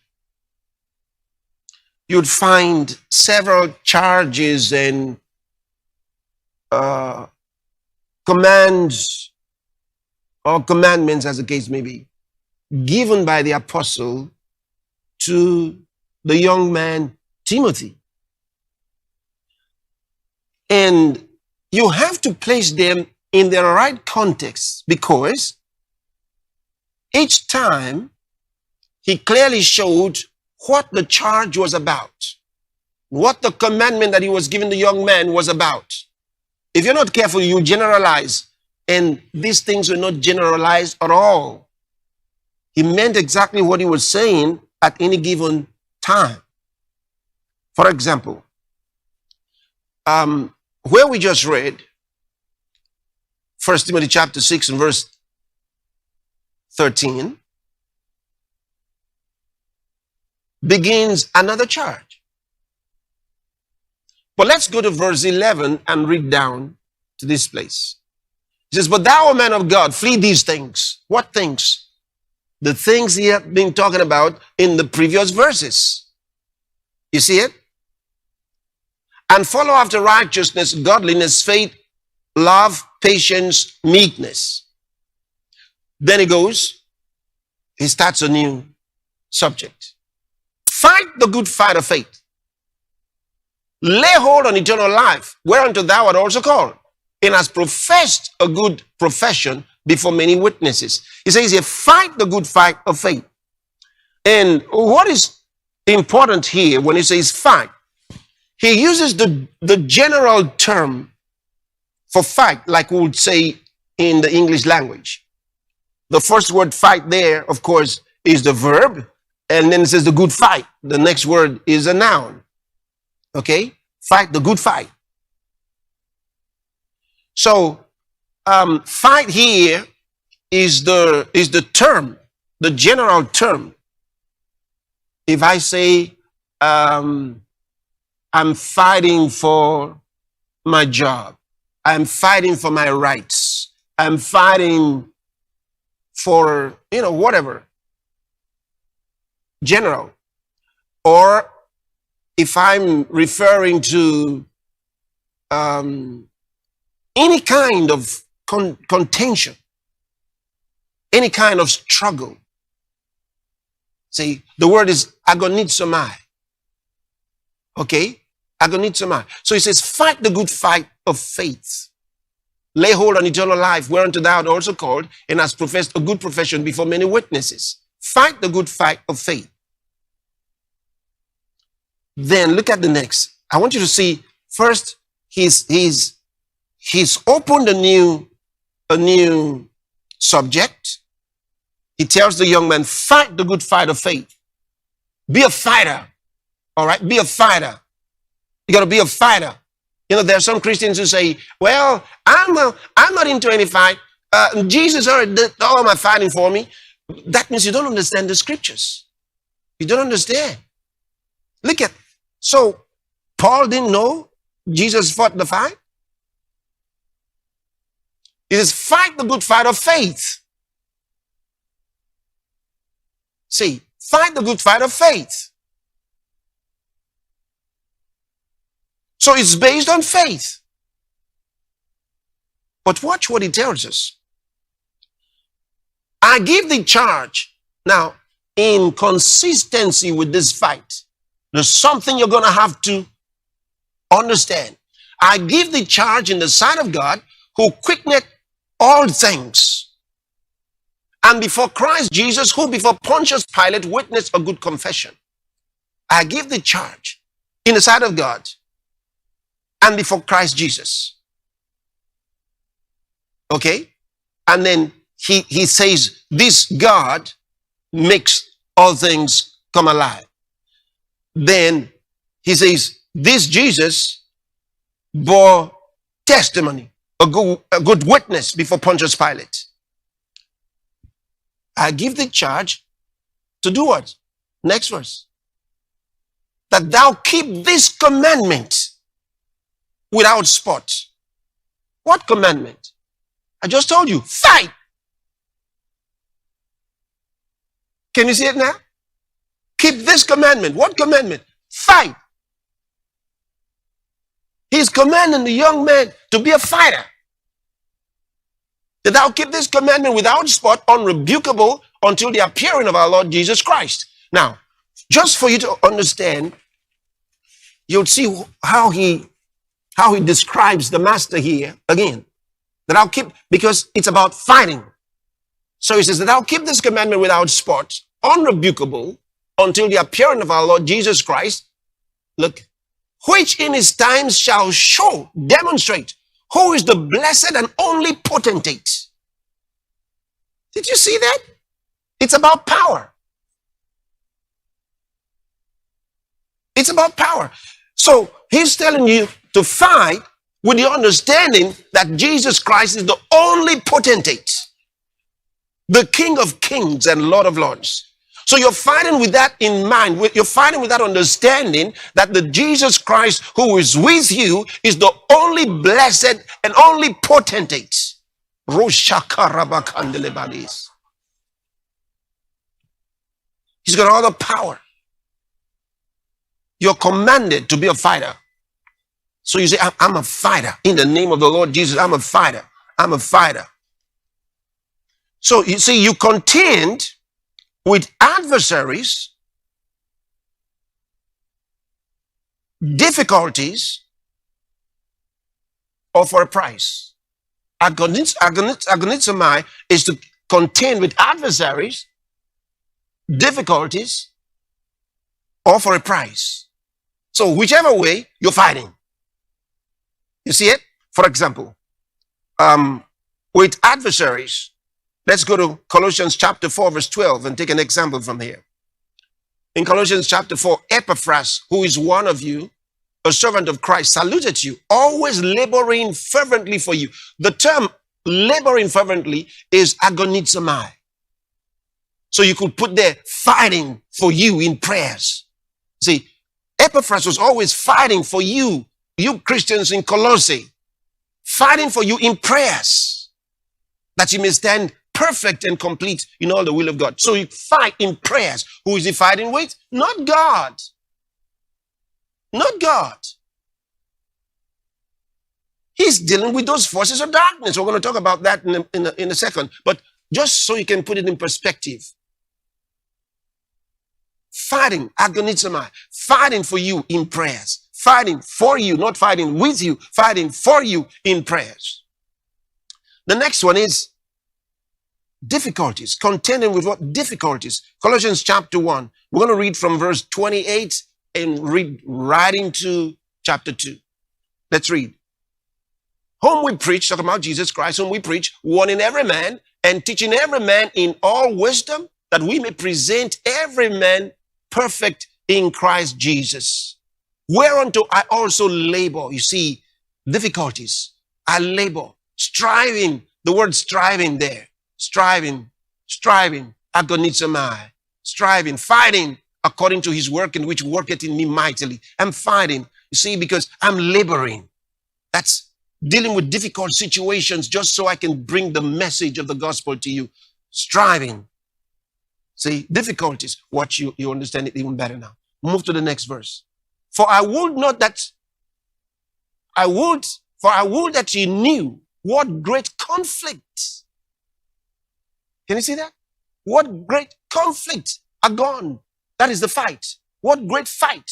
Fight the good fight. Agonizomai is the verb. Agon is the noun. Fight. Fight the fight. See, I would that you knew what great fight I have for you and for them at Laodicea. See, the difficulties, the struggles that I have to go through to bring you the message.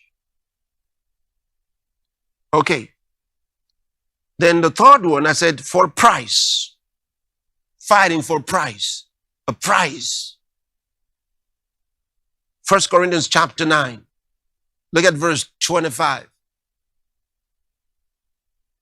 And every man that striveth, fights, agonizomai, for the mastery, you see, is temperate in all things, is disciplined in all things, is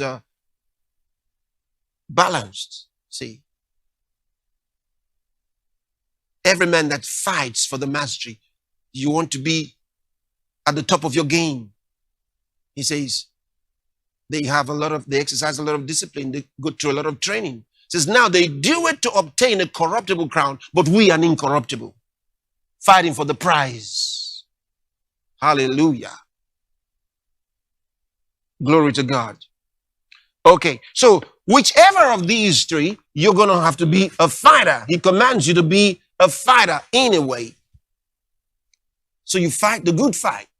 Okay, now understanding that, I'll take you to another part.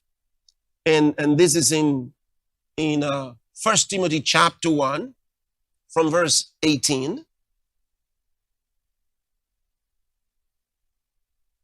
This charge I commit unto thee, son Timothy, according to the prophecies which went before on thee, that thou by them mightest war a good warfare. This time he uses a slightly different word, because here he's now looking at it from the less general to the more specific military experience, military service. Again, here we have a situation where you have war and the warfare, like the fighting and the fight. Okay? That thou mightest war. Stratumai. This is the verb. This is the action. A good warfare, the strateia. Say, military service. Like launching a military campaign. See? with prophecies.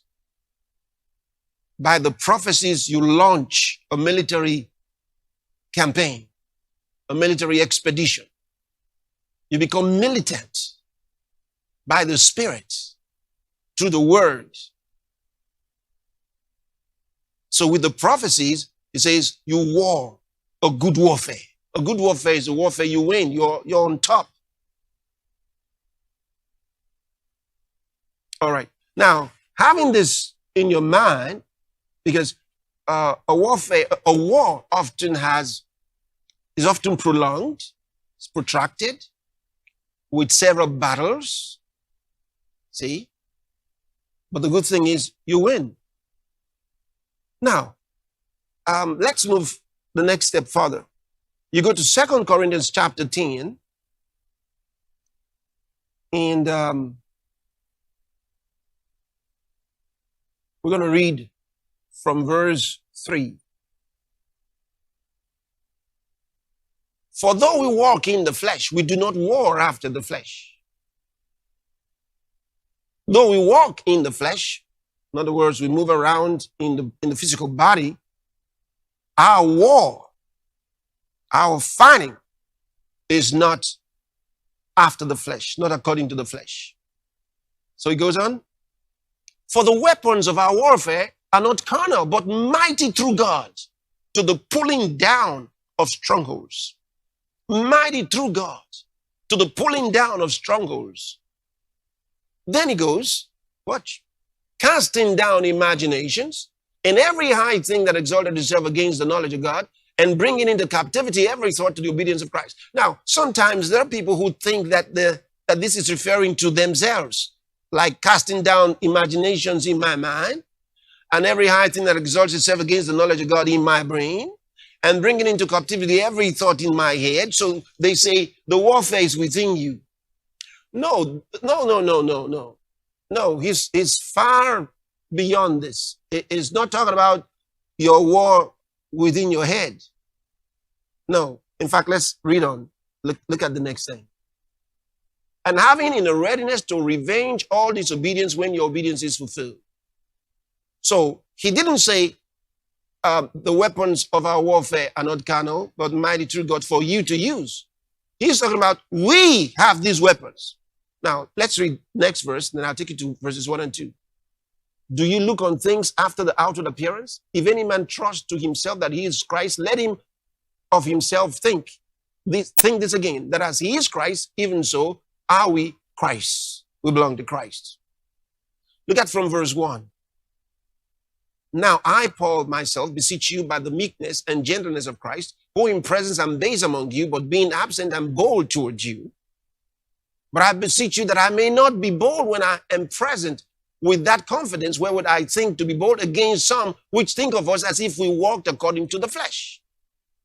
There's where he says, for though we walk in the flesh, we do not war after the flesh.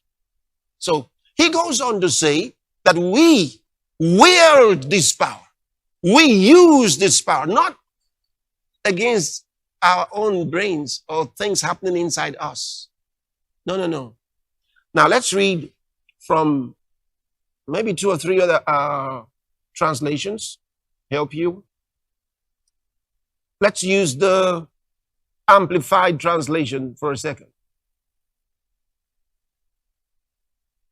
For though we walk, live in the flesh, we are not carrying on our warfare according to the flesh and using mere human weapons. For the weapons of our warfare are not physical weapons of flesh and blood. That's interesting. You know, here in the actual Greek, it says blood and flesh. The order is blood and flesh. That's in the Greek. When you read it in the Greek, the blood comes first, then the flesh. But, you know, flesh and blood, it's okay. I'm not making anything out of it, but I'm just pointing out. Yeah. But they are mighty before God for the overthrow and destruction of strongholds, inasmuch as we refute arguments. Yeah, here's what I want you to observe. Our weapons, he says, are directed. We can use these weapons to do what? Refute arguments and theories and reasonings and every proud and lofty thing that sets itself up against the true knowledge of God. And we lead every thought and purpose away captive into the obedience of Christ, the Messiah, the Anointed One. Wow. Wow. We refute arguments and theories and reasonings with our weapons.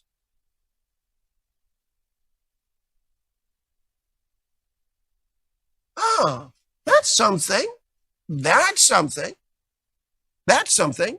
I'm going to come back to this. All right. So let's use the New Living Translation. It says, we are human, but we don't wage war as humans do. I'm not quite human. Don't like that translation so much for saying that. But, you know, I told you about different translations. A lot of these translations were created to help baby Christians begin to understand the Bible. So sometimes the language is not as great. For example, that's what I just mentioned to you, just so you know, when I said in the Greek, it was blood and flesh. All right? So I'm reading the same manuscripts that these guys read when they did the translations. Okay? But I can understand when they are broken down for others to read. Okay? So when it says, for though we walk in the flesh, it doesn't actually mean for though we are humans. It doesn't translate to that. There's a technicality in the language that this New Living Translation isn't presenting to you. But it's okay for a baby Christian, when you're just growing, you can follow that to understand it. All right, can we go on? So he says, we use God's mighty weapons, not worldly weapons, to knock down the strongholds of human reasoning and to destroy false arguments. You see that? We use the weapons to what? Knock down the strongholds of human reasonings and to destroy false arguments. How do we do that? We'll talk about it. We destroy every proud obstacle that keeps people from knowing God. Every proud obstacle that keeps people from knowing God. We capture their rebellious thoughts. Glory to God. And teach them to obey Christ. My. Isn't that wonderful? That's just wonderful. All right. So now let's read it from the CJB, the Complete Jewish Bible. It says, because the weapons we use to wage war are not worldly.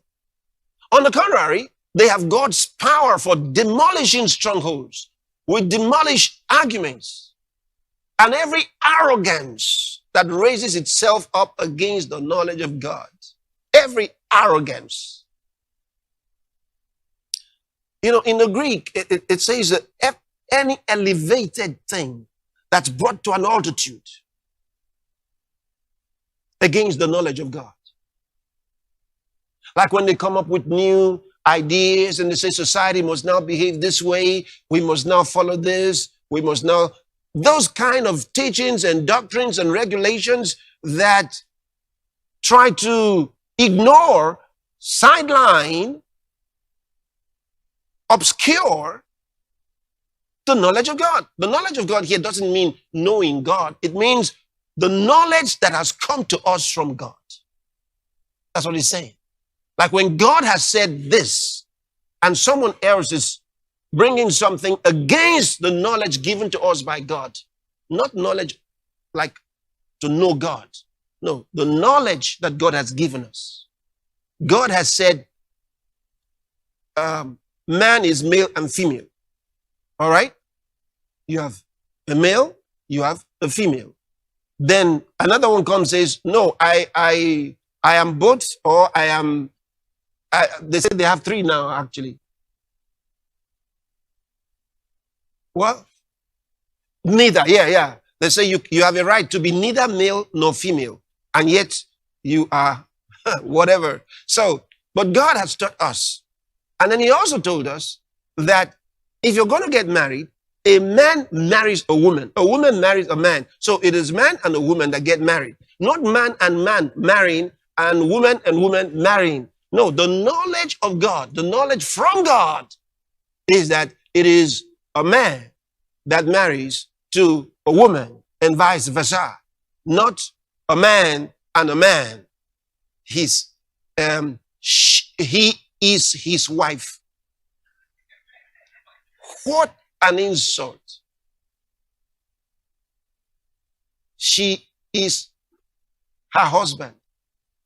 She is her husband.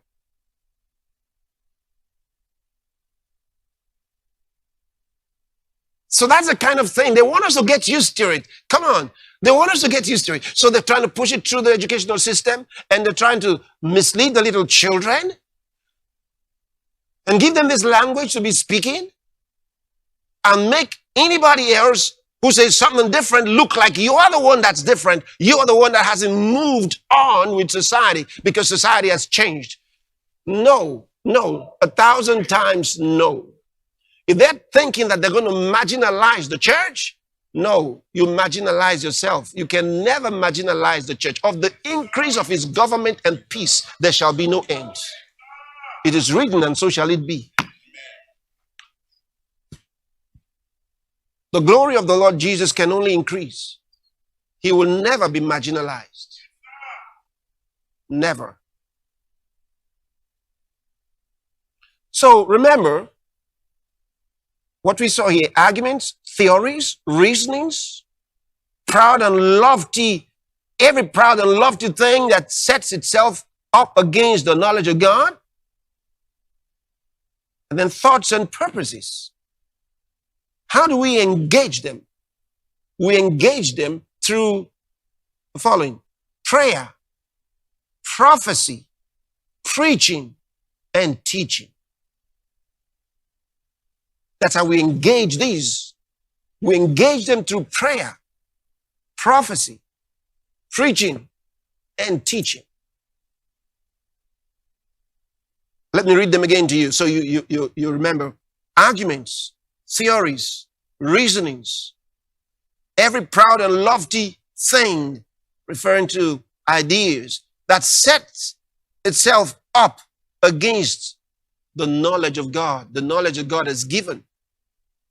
And then thoughts and purposes. So when you look at all this, they're about words and thinkings. The theories, ideas, thoughts. And the way you deal with them is through prayer, prophecy, preaching, teaching. And all this with the power of the Holy Spirit. With the power of the Holy Spirit. Hallelujah. Oh, thank you, Lord. Thank you, Lord. Thank you, Lord. Now, finally, in this engagement, it's important to realize. Now you go to 2 Timothy chapter 2, verse 4, because we are in this warfare. Look what it says. No man that warreth entangleth himself with the affairs of this life, that he may please him who had chosen him to be a soldier. No man that warreth, no man who is at war entangles himself. Don't entangle, don't tie yourself with the affairs of this life. Now, one of the best ways of explaining what he just said to you, because the same writer, Paul, the apostle, if you would go to 1 Corinthians chapter 7, from verse 29, let's read. But this I say, brethren, the time is short. It remaineth that both they that have wives be as though they had none. Now listen to this one. That's quite interesting. I can imagine some wife wondering, what is that? I'm going to read it again. But this I say, brethren, the time is short. It remaineth that both they that have wives be as though they had none. What does that mean? Look at the next one. And they that weep as though they wept not. And they that rejoice as though they rejoiced not. And they that buy as though they possessed not. That should be simple. So when it says, they that have wives, as though they had none. And you say, oh, then your wife embraces you. Say, no, then entangle me. That's not what he's talking about. That's not what he's talking about. If you follow the context, you understand it very clearly. They that weep as though they wept not. How can I weep as though I'm not weeping? That means I'm actually weeping. But I should not be carried away by whatever made me weep. That's what he's saying. And they that rejoice as though they rejoiced not. Which means, though I'm rejoicing, I should not be carried away by the thing that made me rejoice. You see it? It's talking about entanglement. And they that buy as though they possess not. He didn't say don't buy. He says, but even though you buy, do not find yourself now controlled by it. And here is the line that's so powerful and encapsulizes it. The next verse. And they that use this world as not abusing it. For the fashion of this world passeth away. In other words, they that use this word as not overusing. The word means to overuse or to abuse. That means to wrongfully use, wrongfully apply. They that use this word as not abusing it. So he says, no man that warreth entangles himself with the affairs of this life. So don't get entangled because you are at war. Don't become entangled, become so earthly minded, you forget our purpose. Don't forget our purpose. Don't forget the vision. Every major step in your life should be based on this vision that the Lord has given us.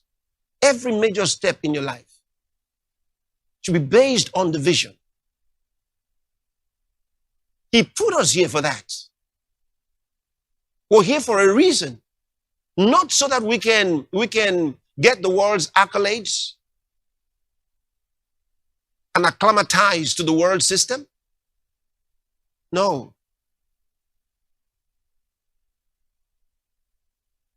We're here to establish his kingdom. He told you, my kingdom is not of this world. That means he has a kingdom. There is a spiritual kingdom. And he sent us to set men free from their bondage, from their sufferings.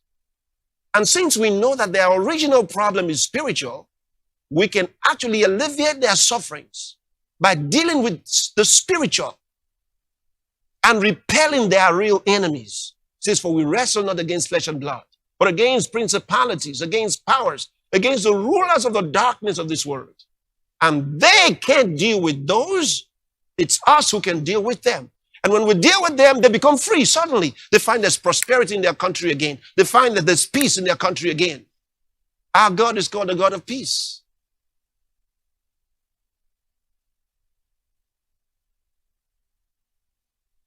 Oh, glory to God. Glory to God.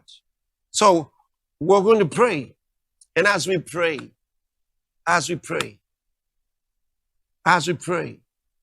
speak words that are consistent with these that I just shared with you. He says to use prophecy to make war. Yes. Use the prophetic word. Declare the word of God. He sent us. He has a kingdom. We have a spiritual kingdom that's superimposed on this world. We own this world, and this is the truth. And we are commanding peace in the name of the Lord Jesus. And we're commanding prosperity for the nations. And we break the power of poverty over the nations. The power of lack and want and penury. We're breaking its power over the people in the name of the Lord Jesus Christ. That men may see the goodness of God in their lands. The whole earth is filled with the goodness of God and the beauty of our God.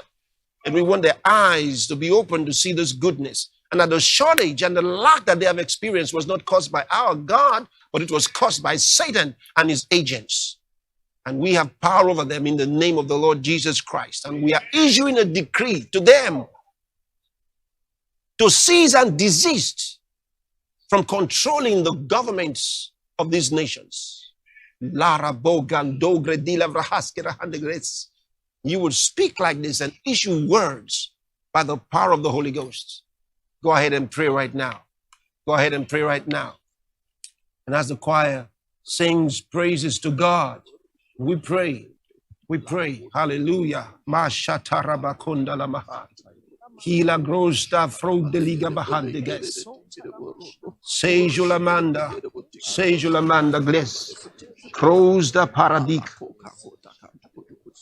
Thank you, Lord. Mashatarabagada bahas. Yes, I want the choir singing right away while we're praying. Thank you, Lord. Masete kurasada bragas. Thank you, Lord.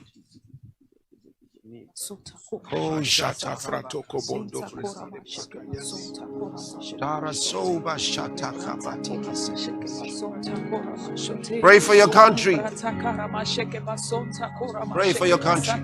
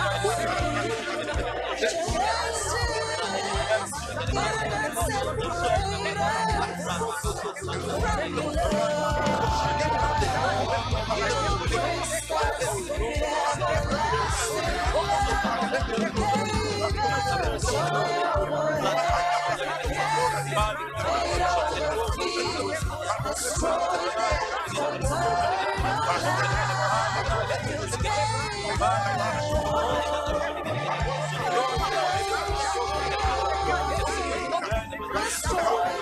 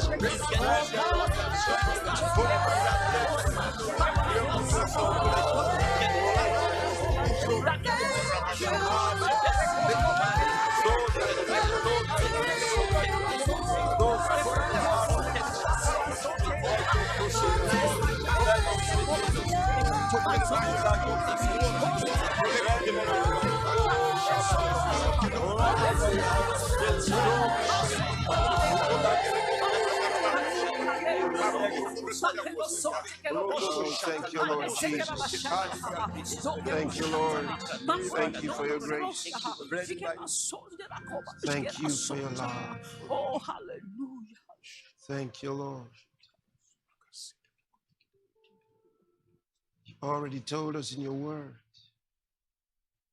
of the increase of his government and peace. There shall be no end. All the nations are yours.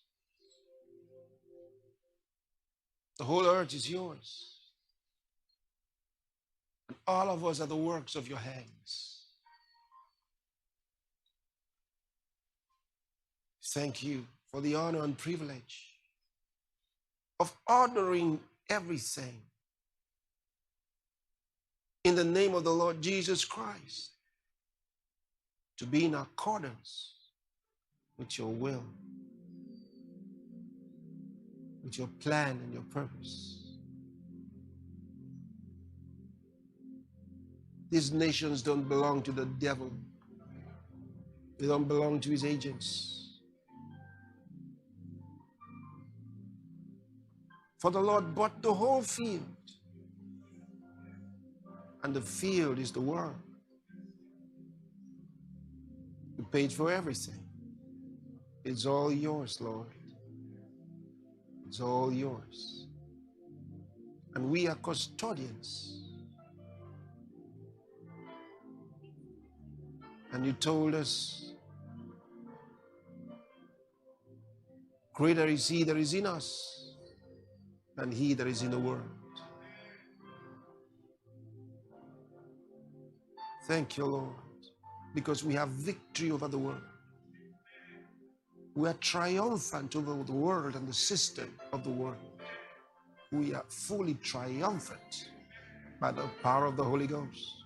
We are victorious over the world.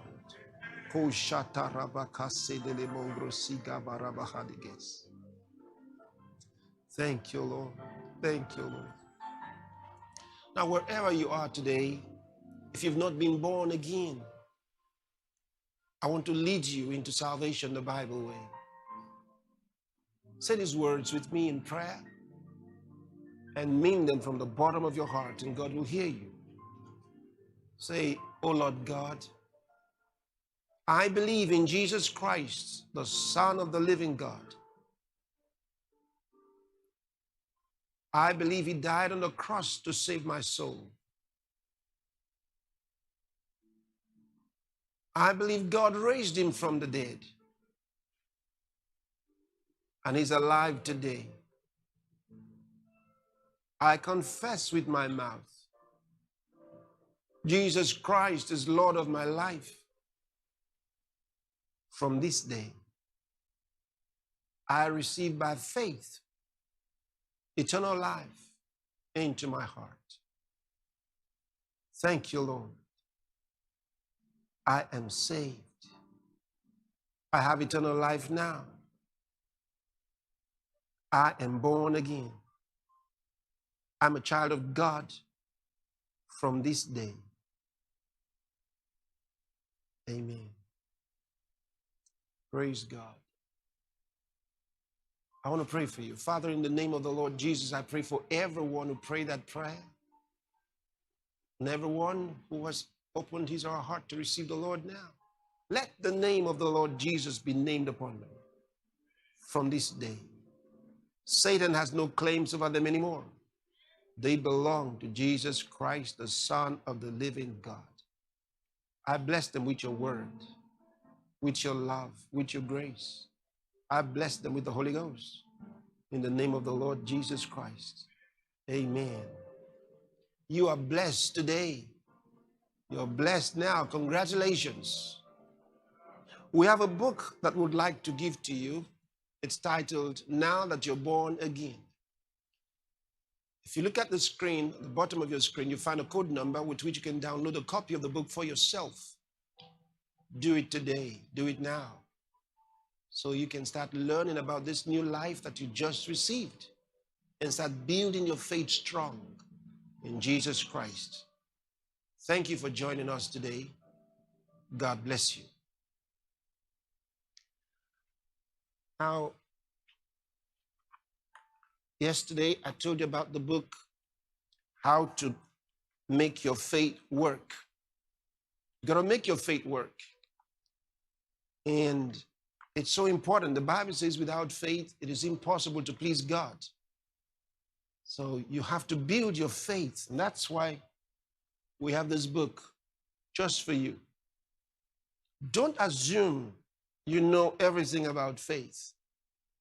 No, faith is not by assumption. You really have to learn about it from the Word of God and put it to work. Say, there are people who have faith but don't know how to put it to work. And that's what this book is about, how to make your faith work. And then, of course, remember, Rhapsody of Realities, our daily devotional guide with which we teach the Word of God every day. There's an article for every day. And we have it in various categories, including for kids, early readers. So make sure to get not only yours, but get for your children as well. In fact, we also have special ones for teenagers and those that have impairment in their sight. They have difficulty seeing, or they're trained with the use of the braille if they're blind. We've got special version for them. Pastor Kid, can I have this? No, the braille version. Yeah, this one. Thank you. So this is the braille version. See? So we did this for the blind. And you can also help get many of these to, there are several schools for the blind and several places where some of them are brought together to be trained to learn how to use the braille. Most of them don't have enough materials with this,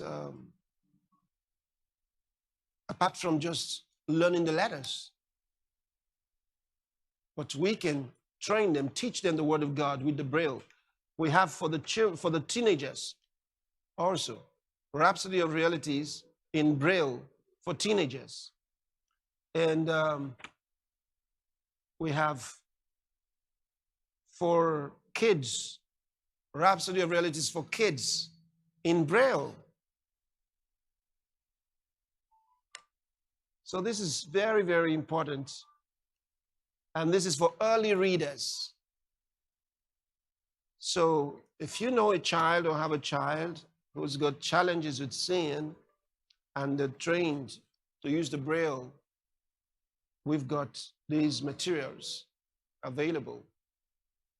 And they're in almost 200 languages now in braille. Yeah. So you can imagine that your language may already be in our prints. So once again, thank you for joining us today. We'll give an offering to the Lord right now. We have some details on the screen that you can use.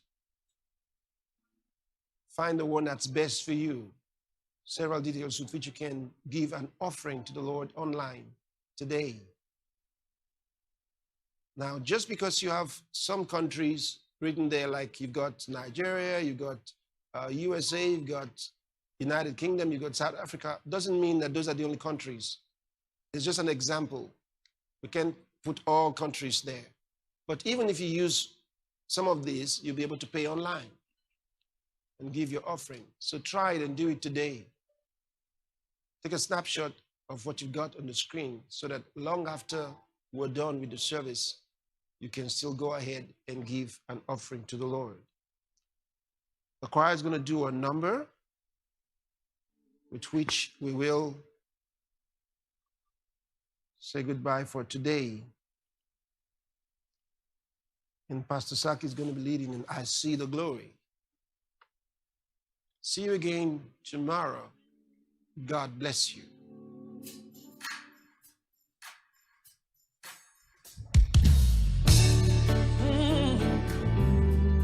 I see the glory in the heavens.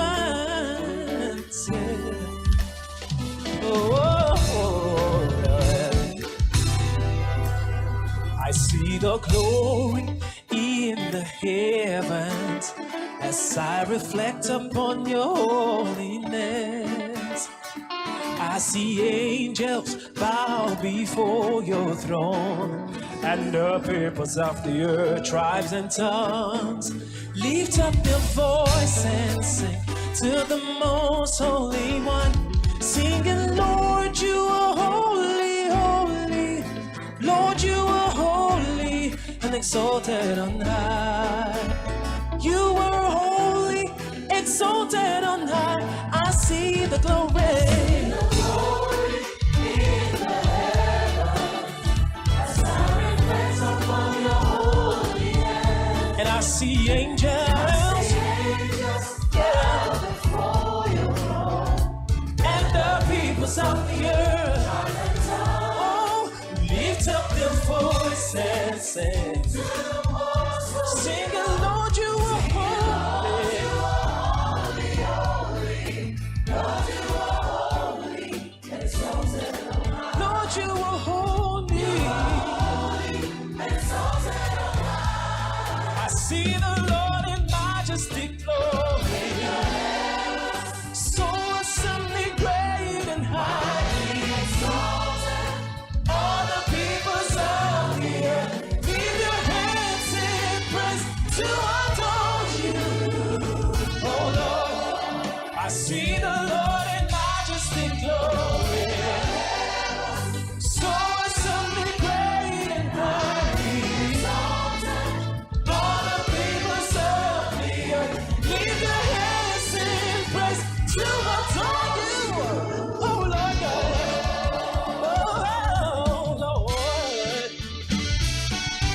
Your glory fills the heavens forevermore.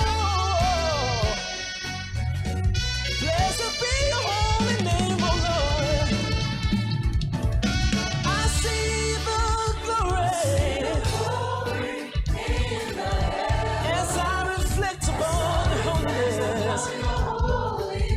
And I see angels bow before your throne.